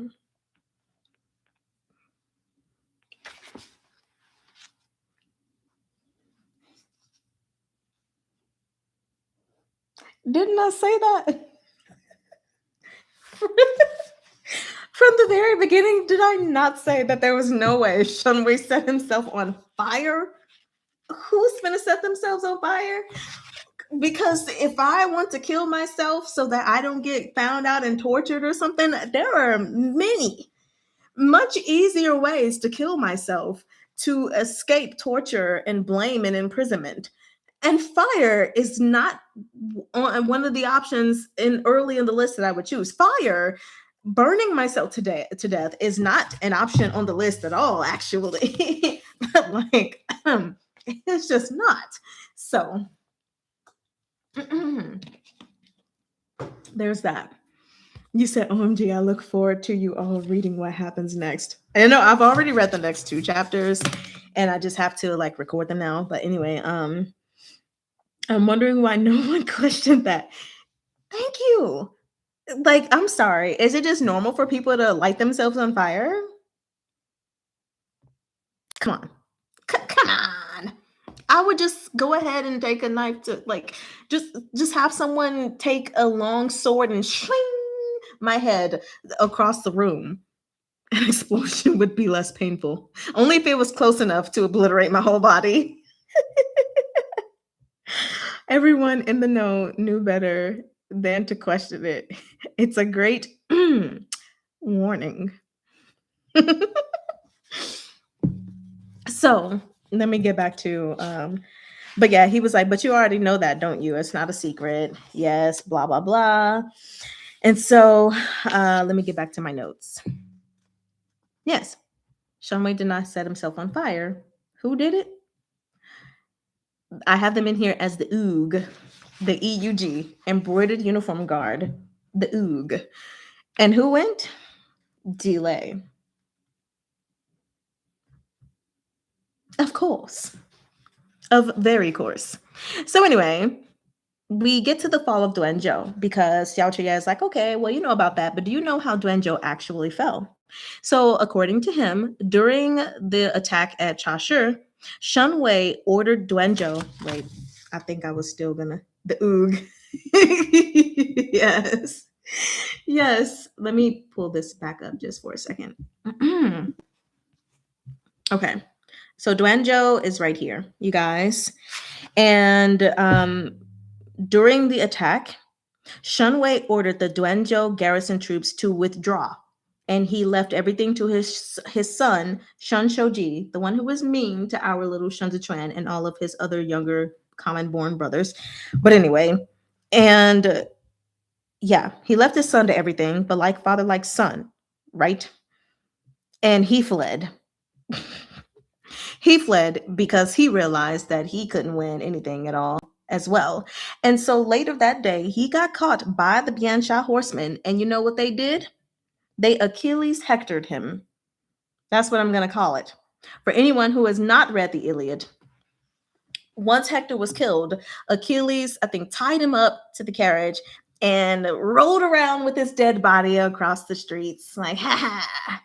That is exactly what happened to Shen Shouji. Once he was caught by the Biansha horsemen, they dragged him through the streets. Yes. He said RIP Hector. So that's what they did because he was a little punk. So it is the worst torture. Yeah, I mean, Hua Chong knows what it's like. He's been hectored. He's been Achilles hectored before, so you know. So anyway, that scene did so much for morale, and by so much, I mean so much bad. Obviously, the rest of the Duanzhou garrison troop were not wanting to fight because, dang, their leader, their initial leader, retreated, and then the son that was left, he also retreated and then died and then got dragged. So it was just kind of like all of this is kind of hopeless, right? So then let's see, when I go to page 55, oh yes. So Xiao Chuye shares another secret. We learn that Shun Wei and Shun Shouji, they strangled the commander of the Duanzhou troops. And who was this commander? Tan Tai Long, Tan Tai Hu's brother. For anyone who doesn't remember, although I feel like you should definitely remember, Tan Tai Hu is the one who was causing trouble for Sun Zichuan and calling him out for being a boy toy plaything for Xiao Chuye, and then left the army. Anyway, now Tan Tai Hu still believes that his brother just died in battle. He does not know about this, but Xiao Chuye is telling him in advance, like, your father and your elder brother, they killed Tan Tai Hu's brother. So, you know, have fun with that. Do with that what you will. Whew, man. Mm-mm-mm. And the reason they did this is because Tan Tai Long actually wanted to meet the enemy head on. He was like, let's fight. Let's not be a bunch of punks. But Shun Wei and Shun Shouji they didn't want to do that. So they strangled him because he refused to listen to them. So anyway, then we get to, so Shun Zichuan shares the truth about Shun Wei working for the Empress, basically. And then Xiao Chuye is like, interesting. There really was no benefit for the Empress to kill Shun Wei, for her to kill her dog. So that doesn't really make sense. And so they surmise that Jile probably lied about some of the information that was given in his testimony. What information that was, we don't know yet. Anyway. Oh, and then my note says, and then Flirty McFlirt flirt. Wait a minute. I gotta write more information on that instead of just writing Flirty McFlirt flirt. Oh yes, absolutely. In their search, I'm sorry, page 56. When they're like, okay, so we're going to investigate properly. We're going to start in the Ministry of War. You can follow the trail up or down, says Shun Zichuan. And Xiao Chuye says, I'll go up. You can go down. And Shun Zichuan stupidly says, top and bottom are linked. They're inseparable.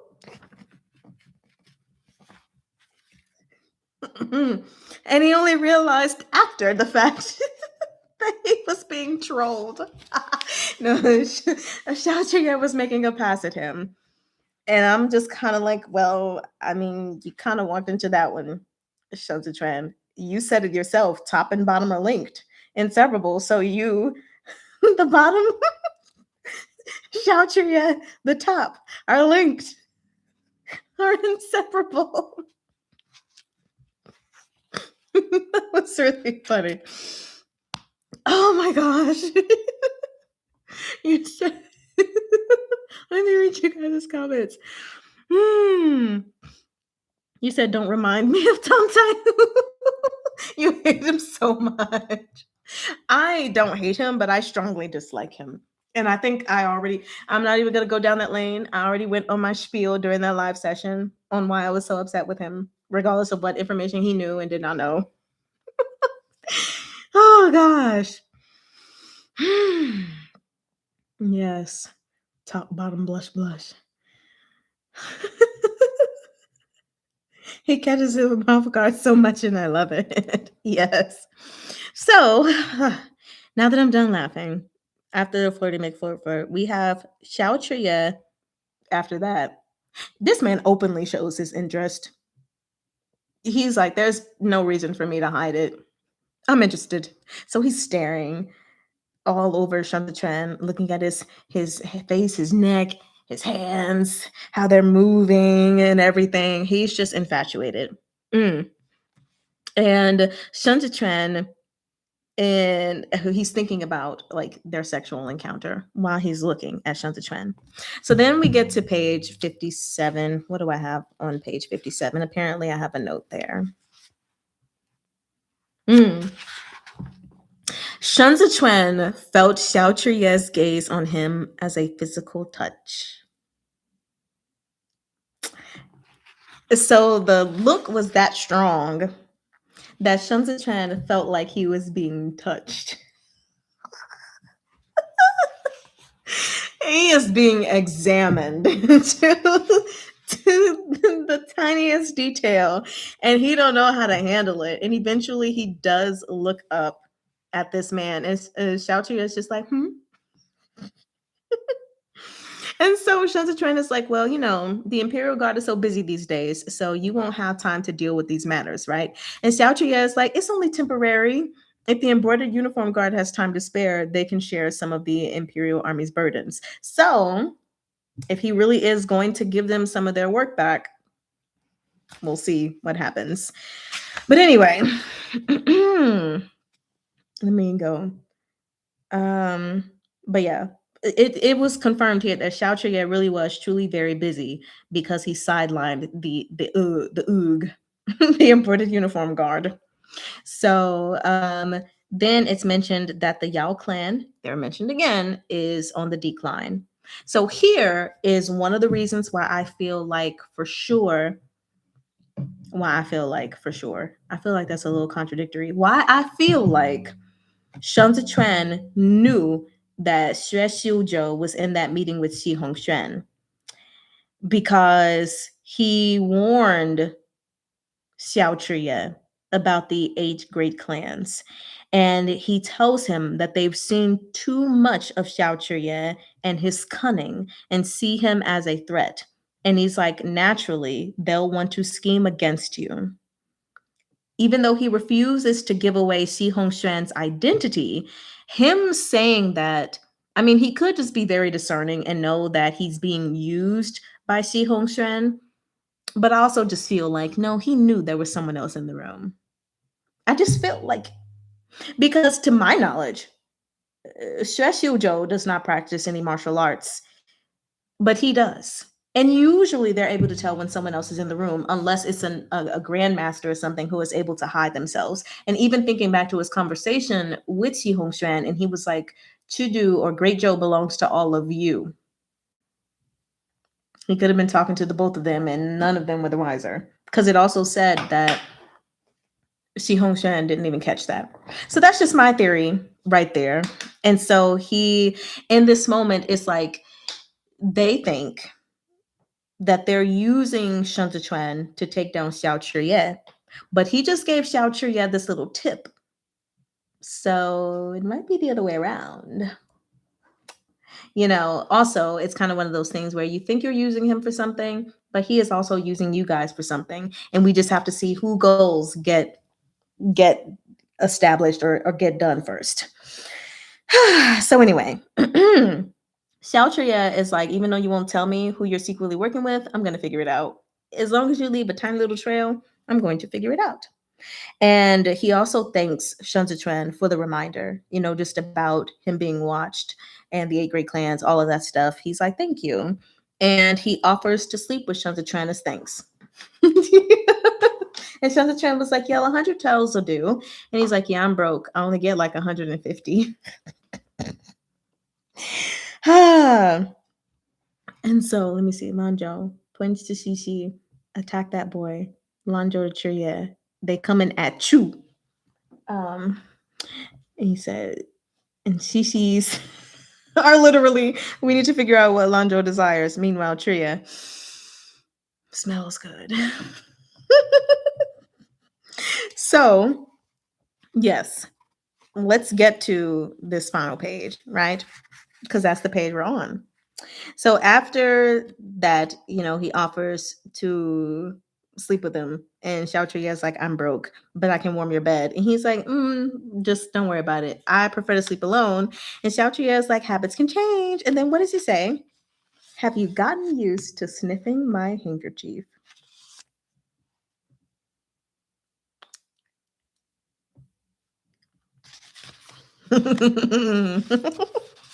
And Shantratran was once again caught off guard.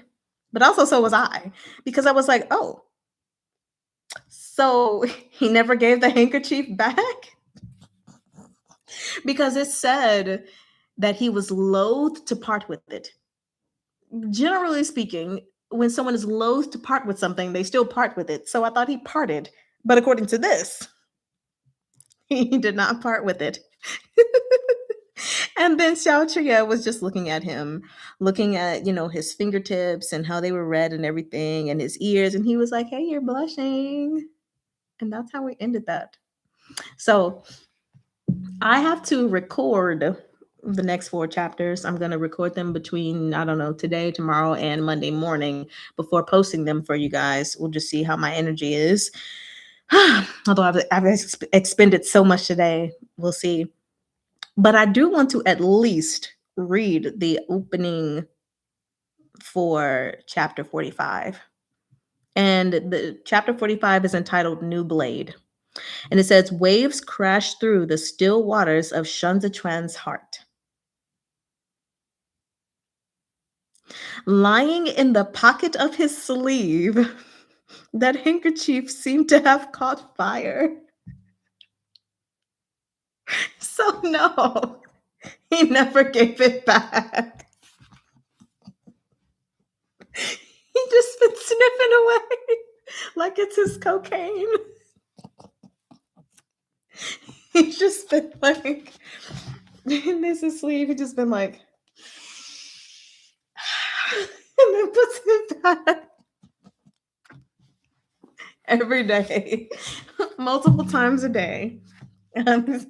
He's been sniffing this. The flames burned right up to his ears. Shunzatran knew even the hint of a flush against the snowy backdrop of his skin was eye-catching. Any denial would be unconvincing. And that's the opening of the next chapter. So, like I said, I have already read chapter 45.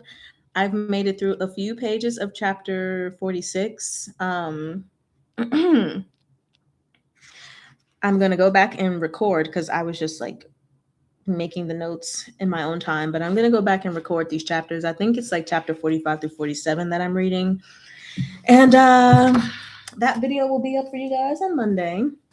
And like I said, Monday, Wednesday, Friday should be QJJ. Tuesday, Thursday should be Copper Coins. So that is going to be the deal for next week.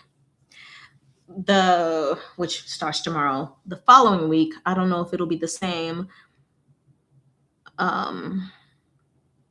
Actually, we don't have that much left of copper coins, so it may not even be able to be that way. Let me check really quickly. YouTube Studio, because I think the last video I have goes to February the 3rd for Copper Coins. Okay. Nevertheless, we're doing every other because I am back, but I'm not full throttle back. Like after this, I'm probably going to go take a nap. It's like I'm really gonna go take a nap. You said, ooh, I look forward. Love it. He truly thought Cheyenne will catch on to the fact that he's keeping that little addiction. Has anyone read Nanchan? I've never read it, but given how much I am enjoying QJJ, I'm definitely getting on Nanchan. Like, abso-freaking-lutely. Also, because I love lists, I think I've made it clear to you guys that I love lists so freaking much. I made a new list. And this chart, it has every main read, every side read, book club read, possible 2026 reads. And I'm trying to like schedule out everything. So anyway, The reason I mentioned that is because, of course, we have the side reads being Copper Coins and Golden Terrace. Little Mushroom was scratched off. And so I initially had a TBD, to be determined, for what would be our next side read and what would be our next Mari-chan book club. For now, I'm only thinking of filling one of those slots. I'm thinking, I haven't decided yet if I want to add on another side read or if I want to add on a Mari-chan book club read.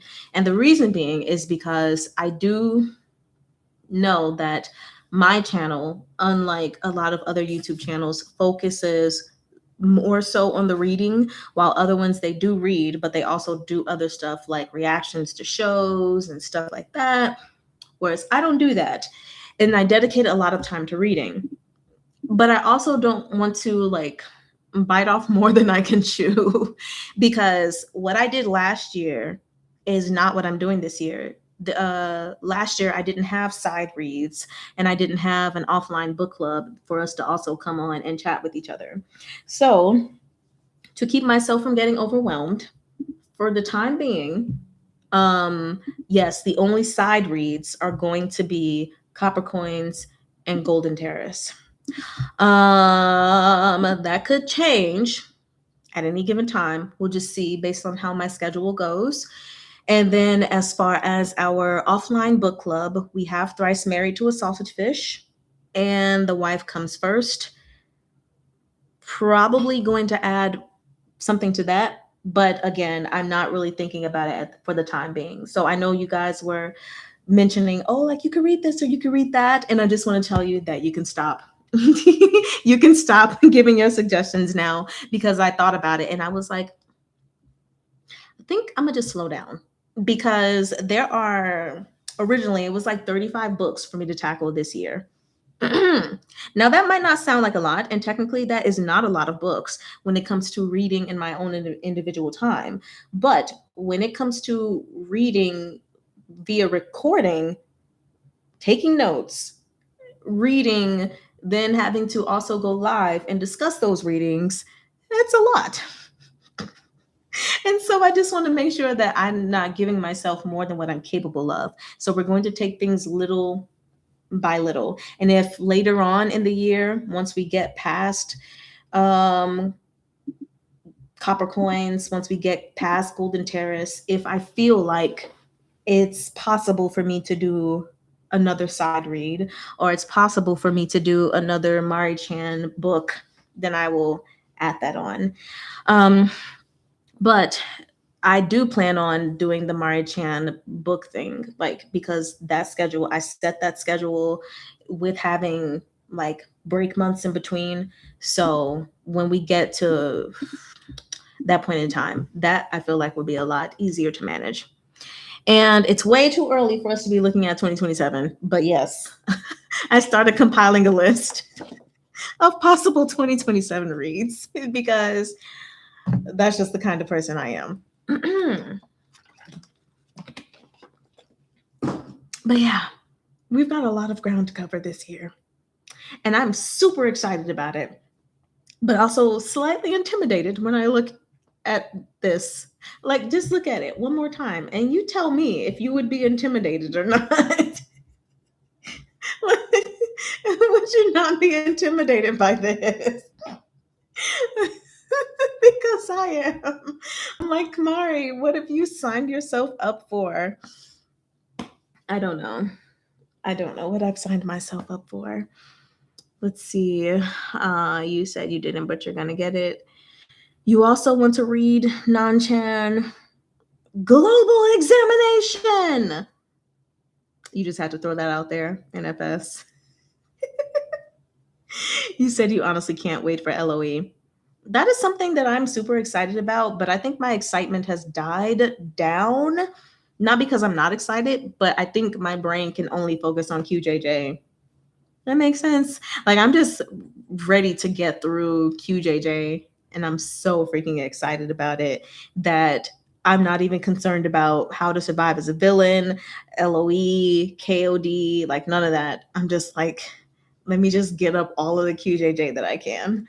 Um, what I am excited about outside of QJJ though is the second volume of The Wife Comes First. Like I really want that. I need it. And it ain't here yet. And I'm upset about it. He says technically sci-fi, alas. Oh, global examination is? Oh. Well. Looks like I might not be reading that one. You're planning to rewatch the Donghua again. There's a Donghua for it? You heard QJJ is totally different from everything else she has written. But haven't read anything else myself. Gonna check it out. Really? Okay.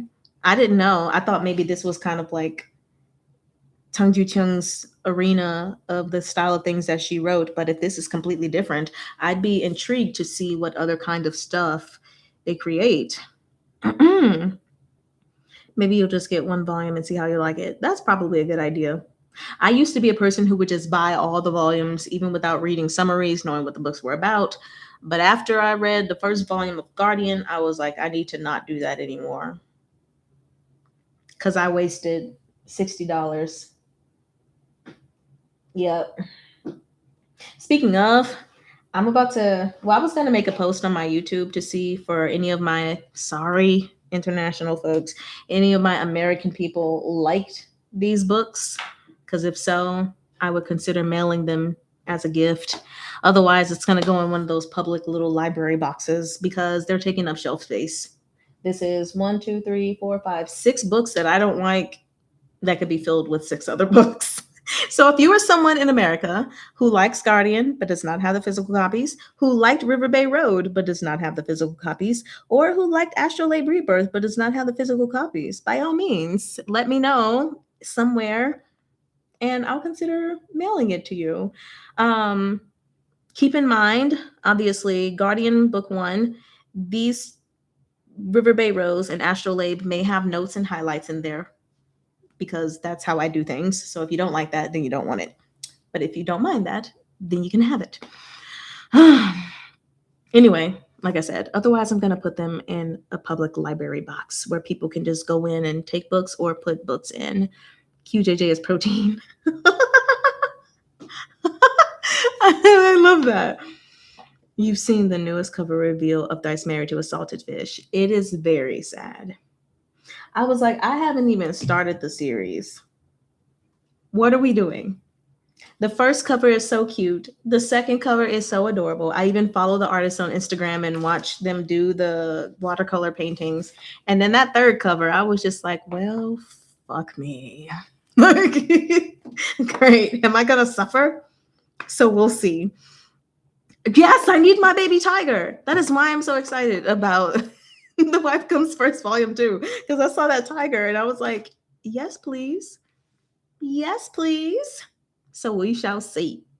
Oh, you watched The Legend of Exorcism Donghua. I would do that, but I don't want to do that and then make the reading experience cumbersome because I've already watched LOE and it was a while ago, but I don't want to watch it. And then as I'm reading, be like, I already watched this. At least that kind of happened to me when I read TGCF. I was like, okay, this is the information that I watched. Now I'm reading it. It was a weird experience. I don't know. So I don't want that to happen with LOE. So I won't rewatch. You lost count of how many times. You're currently reading Drowning Sorrows. Isn't that Priest? Yeah, Priest. Not sure how you like it. You found the style a bit exhausting. Maybe you'll get. I heard a lot of people say that that book was very exhausting for them. And a couple people said they didn't develop any like care for the connection between the characters. So, I mean, it doesn't matter to me. I'm not reading any more Priest. Shop Along was it for me. It was really good, but I don't want to reread it. And I don't like Guardian. You're not extremely excited about her works. Yeah. To me, it's crazy when people are like, I love to devour Priest. I'm like, why? I mean, you do you. I'm glad you found books that you love and an author that you love, but like, why priest? Yes, I know you're one of the people that love priest writing, but you wonder about translation. You're half and half. Maybe the translation kills the excitement. Mm-mm. Nope, I'm not blaming the translation because the translation for all these other ones seems to do well.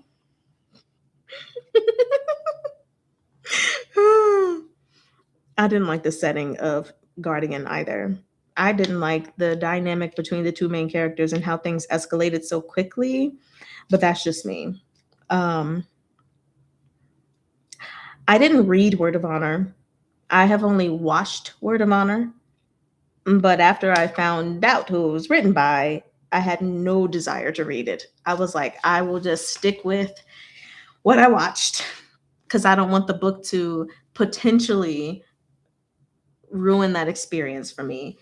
I mean, the writing could be exceptional. Who knows? I'm not gonna figure it out though.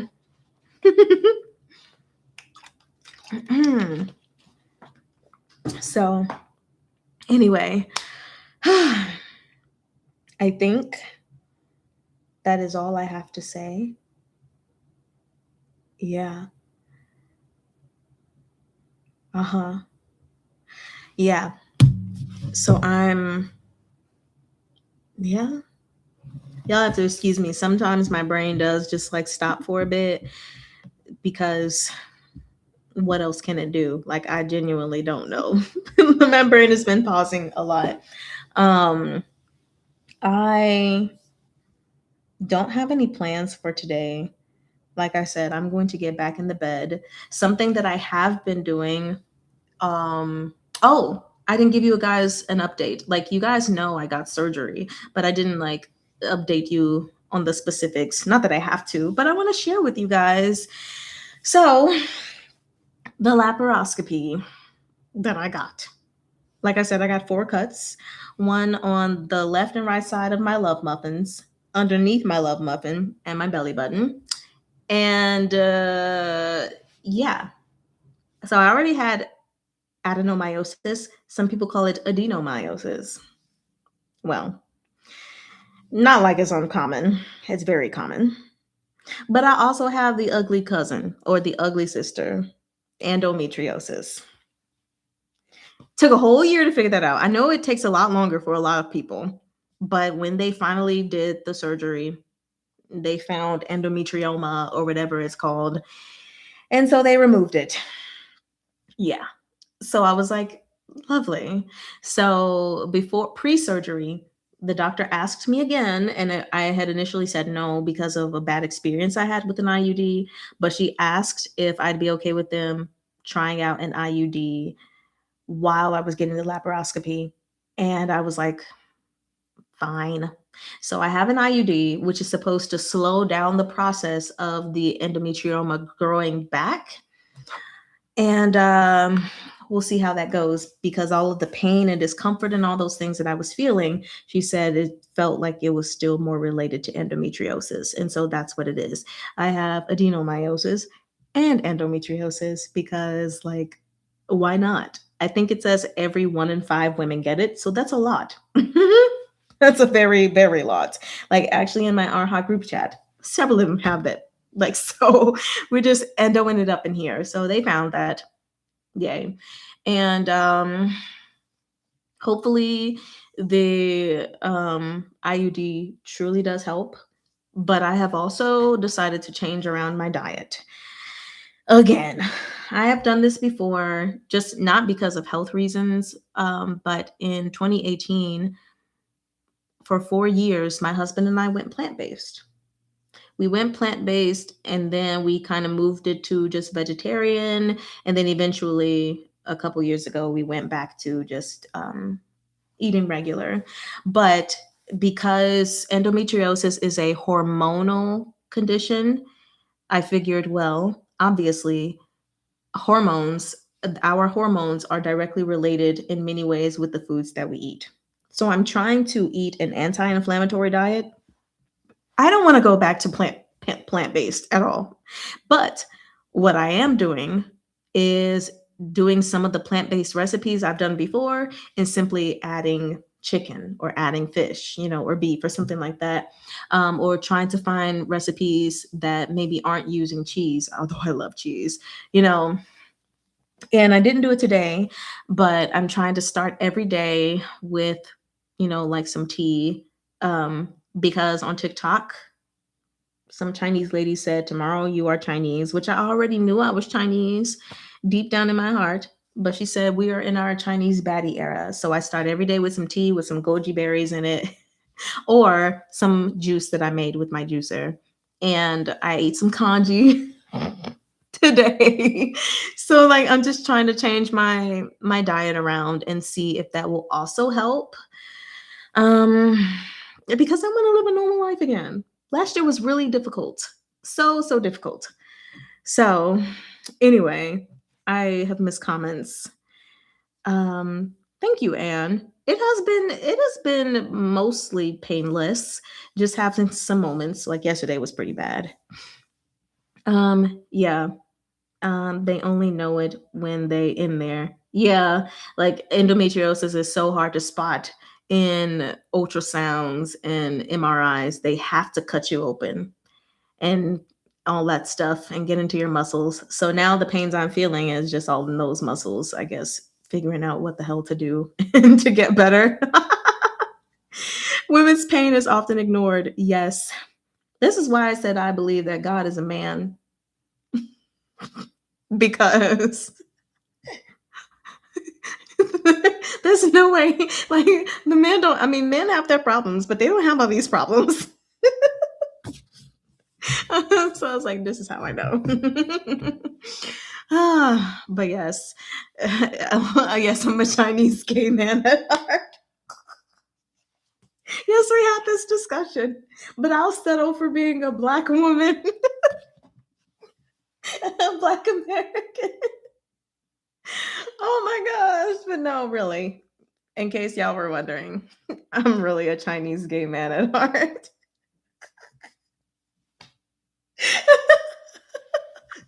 Oh my gosh, but I've just been learning a lot of stuff lately about well, just a plethora of things. Like today I came across a video on TikTok, so I looked more into it cuz TikTok could be lying, but about like MSG. Just a few years ago, I was taught that MSG is bad for you. But I saw this video of a lady talking about MSG and the like of course we know it's like well, we didn't know. It's a natural source that is actually good for you, but in America in the older days, it was basically claimed to be an unhealthy thing. And there was like Chinese restaurant syndrome, which was to discourage people from eating Chinese food. And, during a class of, during a time of heavy racism, especially toward Asian people. And so it was like, but yeah, it's a natural source that is good for you. And it's just umami and it makes things taste better. And it's even used in a lot of our American products, and it's naturally in things like milk and cheese. Yet we were told it is bad for us. And I was like, oh my God, I did not get. I wanted to buy MSG because I'm like, it makes things taste so good, but I didn't because I thought it was bad for you, only to learn that what I learned was a lie. But I'm like, you know what? Now that I think about it, just as a generalization, yes, I know, but people in Asia, they be using MSG all the time. They eat rice every day, accompanying every meal. But we were told, or at least I was taught in America, that, you need to avoid having too many carbs, and rice has lots of carbs in it. And so I'm like, okay, well, I shouldn't have too many carbs.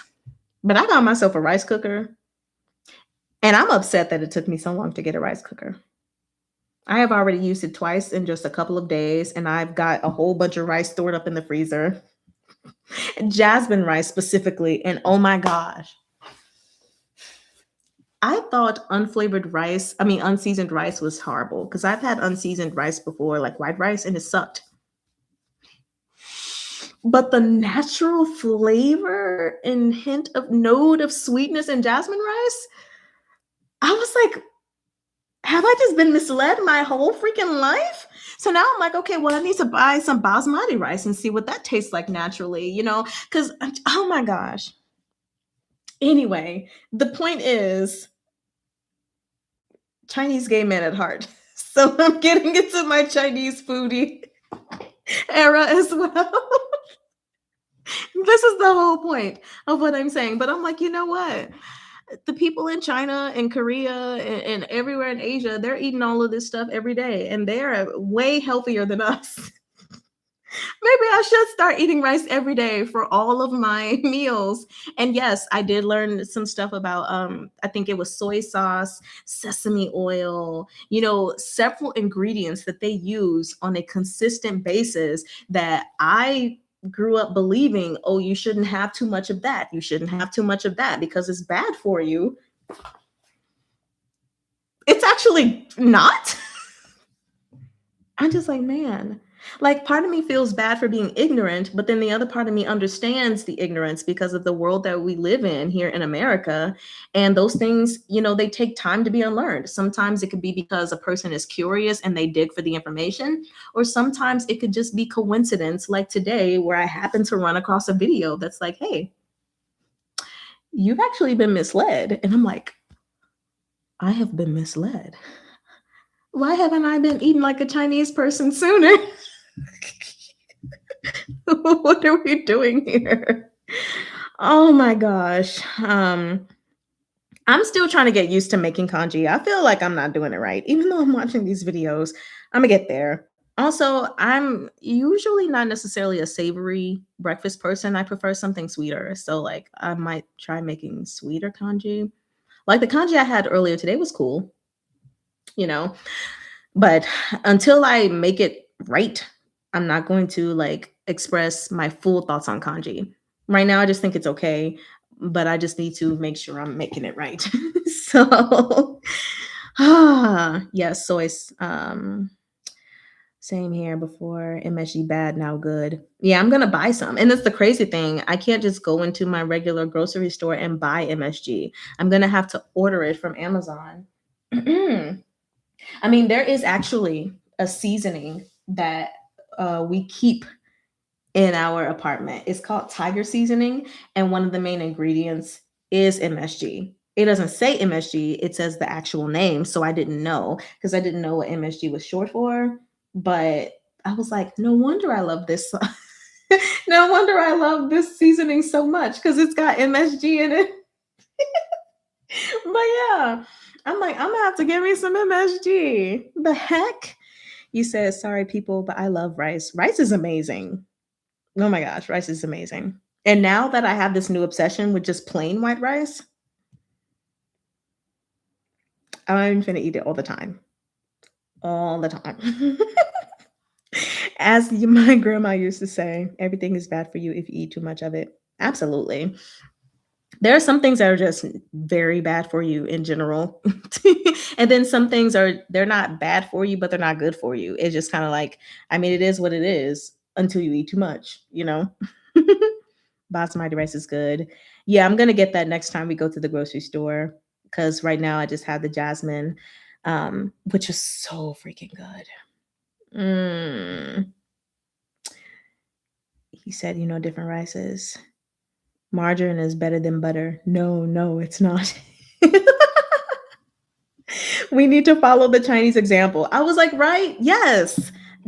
Really seriously, though. I'm like, wow, they are a lot more aware and advanced in many things than we are in America. So why aren't we following their example? And honestly, maybe not necessarily like a for real Chinese takeover, if you know what I'm saying. But I'm kind of like this Chinese takeover is doing pretty good. And I mean on TikTok, where there are so many Chinese people that are like, you're a Chinese baddie, so let's start doing this Chinese stuff. I'm like, yeah, they're actually helping us Americans out. Take over our kitchens. Like, teach us the way. Teach us the way. You're watching people shake proteins. Honestly, I don't really care for protein shakes. Like, I've tried some, and there are some that have been decent, but I just overall, yeah. Don't eat basmati while you're recovering. It's heavy to digest. Okay, I'll wait then a couple weeks. Um, but yeah, I got the jasmine rice and just regular white rice because it's easy to digest. So I didn't look into basmati yet. So okay, I won't get it. You said cutting down on your carbs helped your hormonal balance and ovarian troubles. That's good. Mm, a lot of people who say they're intolerant but can eat pasta and just fine. Mm, if you ripen it properly. Mm, you already follow the Chinese example. You work with a lot of Asian recipes. That's awesome. You should share some. I guess if you join our Discord, you can share them there. Maybe we'll just have like a Chinese baddie chat where people can share recipes. I don't know. Yes, like drinking hot water before bed. Yeah, I'm trying to steer away now from drinking cold water, which, like I said, I didn't do it today, but I've been trying to start my day by drinking the hot water with goji berries. I'm not gonna do the dates. I'm just not. And some kind of like natural tea. But yes, I also need to do it before bed. Um, mm-hmm. Mm-hmm. Mm-hmm. You're in Discord. Just give me my recipe space. Okay, actually, you know what? I'm finna do it for real. Hold on. It'll be under general Chinese recipes. I kind of want to put Chinese baddie recipes. The two. Okay, it's there. Actually, no. Let me just put it as Chinese recipe because it's too long. Okay, Chinese recipes. Here we go. Oh yeah, I see you. Well, I have two and B's. Hold on. Yeah. Okay, I just tagged you in the chat. Now we have it there. Um, you said sticky rice mango. I think I've heard of that, but I don't fully know what it is. Also, for anyone else who may want to join the Discord, if you're here but you've not joined, then there you are. You can click that link and join the party.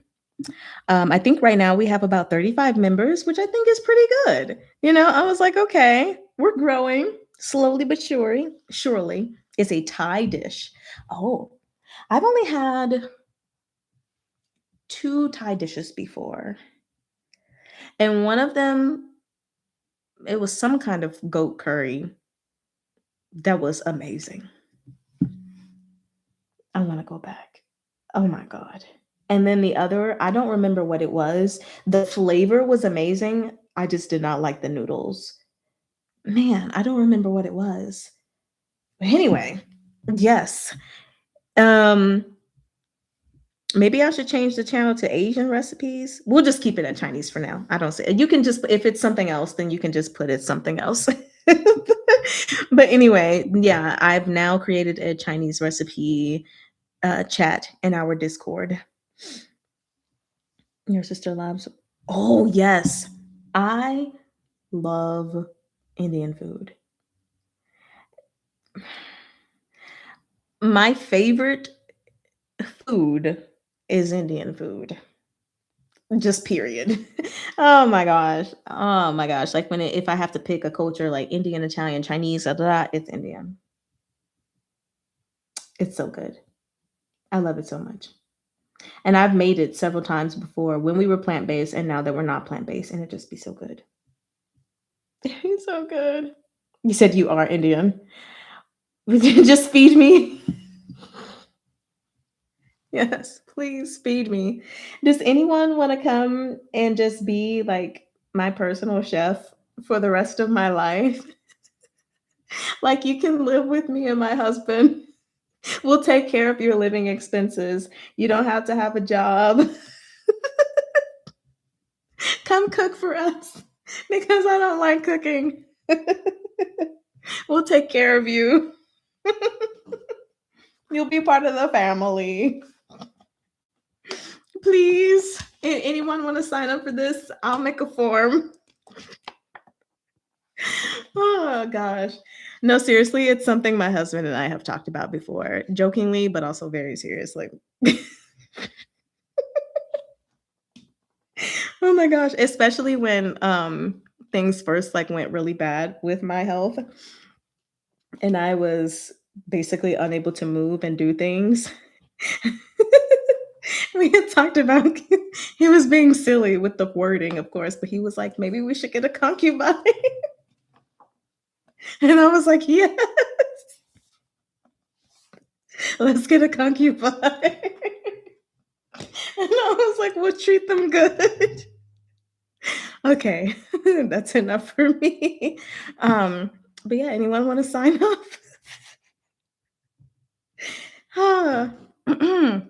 Slides a cookie to NFS. Food is love. Yes, food is love. I love food so much. That's the name of the channel right there. Food is love. I would follow that channel. If anybody wants to make that, I will follow you. Hmm. Okay.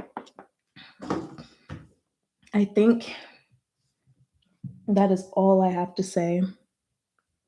Yeah. Now that we've made it to this point, you don't cook, you just eat. Okay, so you're not signing up. Got it. You'll sign up to come over and enjoy the food too. You too. Why aren't you guys cooking? Somebody please save me from the torture of cooking food for myself and my husband, please. I'm telling you, once we have enough money, we'll definitely get us a personal chef. I'm like, if we can have someone take care of that, sure. Because being a wife is not cooking and cleaning. I mean, I can do those things, but I can do other things so someone else can cook. You can cook, you're just lazy. Oh, I see. Too lazy to cook all that. I feel it. But anyway, I hope you guys have a beautiful day and a night. I hope you enjoyed this discussion. It's been very fun. QJJ is the bee's knees, and I'm so excited to see where it continues to go. I'm going to go take a nap. Yeah. Yeah. Okay. Get some rest now. Thank you for the stream. Hope it goes smoothly. Thank you. Yes, I'm so glad to be back. I will get some rest. Yes. Thank you guys. You guys are so sweet. Let the blanket take me. Yes, like Udma Udma does. Udma Udma's blanket be taking them. So have a great time, you guys. I will see you all on Monday. And remember, for anyone who wants to join the offline book club / online chat, go ahead and order your copy of Volume 1. Honestly, you can go ahead and order your copy of Volume 2 as well, which is coming out very soon. Because after we finish this, we're going straight into Volume 2. So anyway, bye you guys. Oh, I'm sorry. Oh my god, I'm yawning on camera.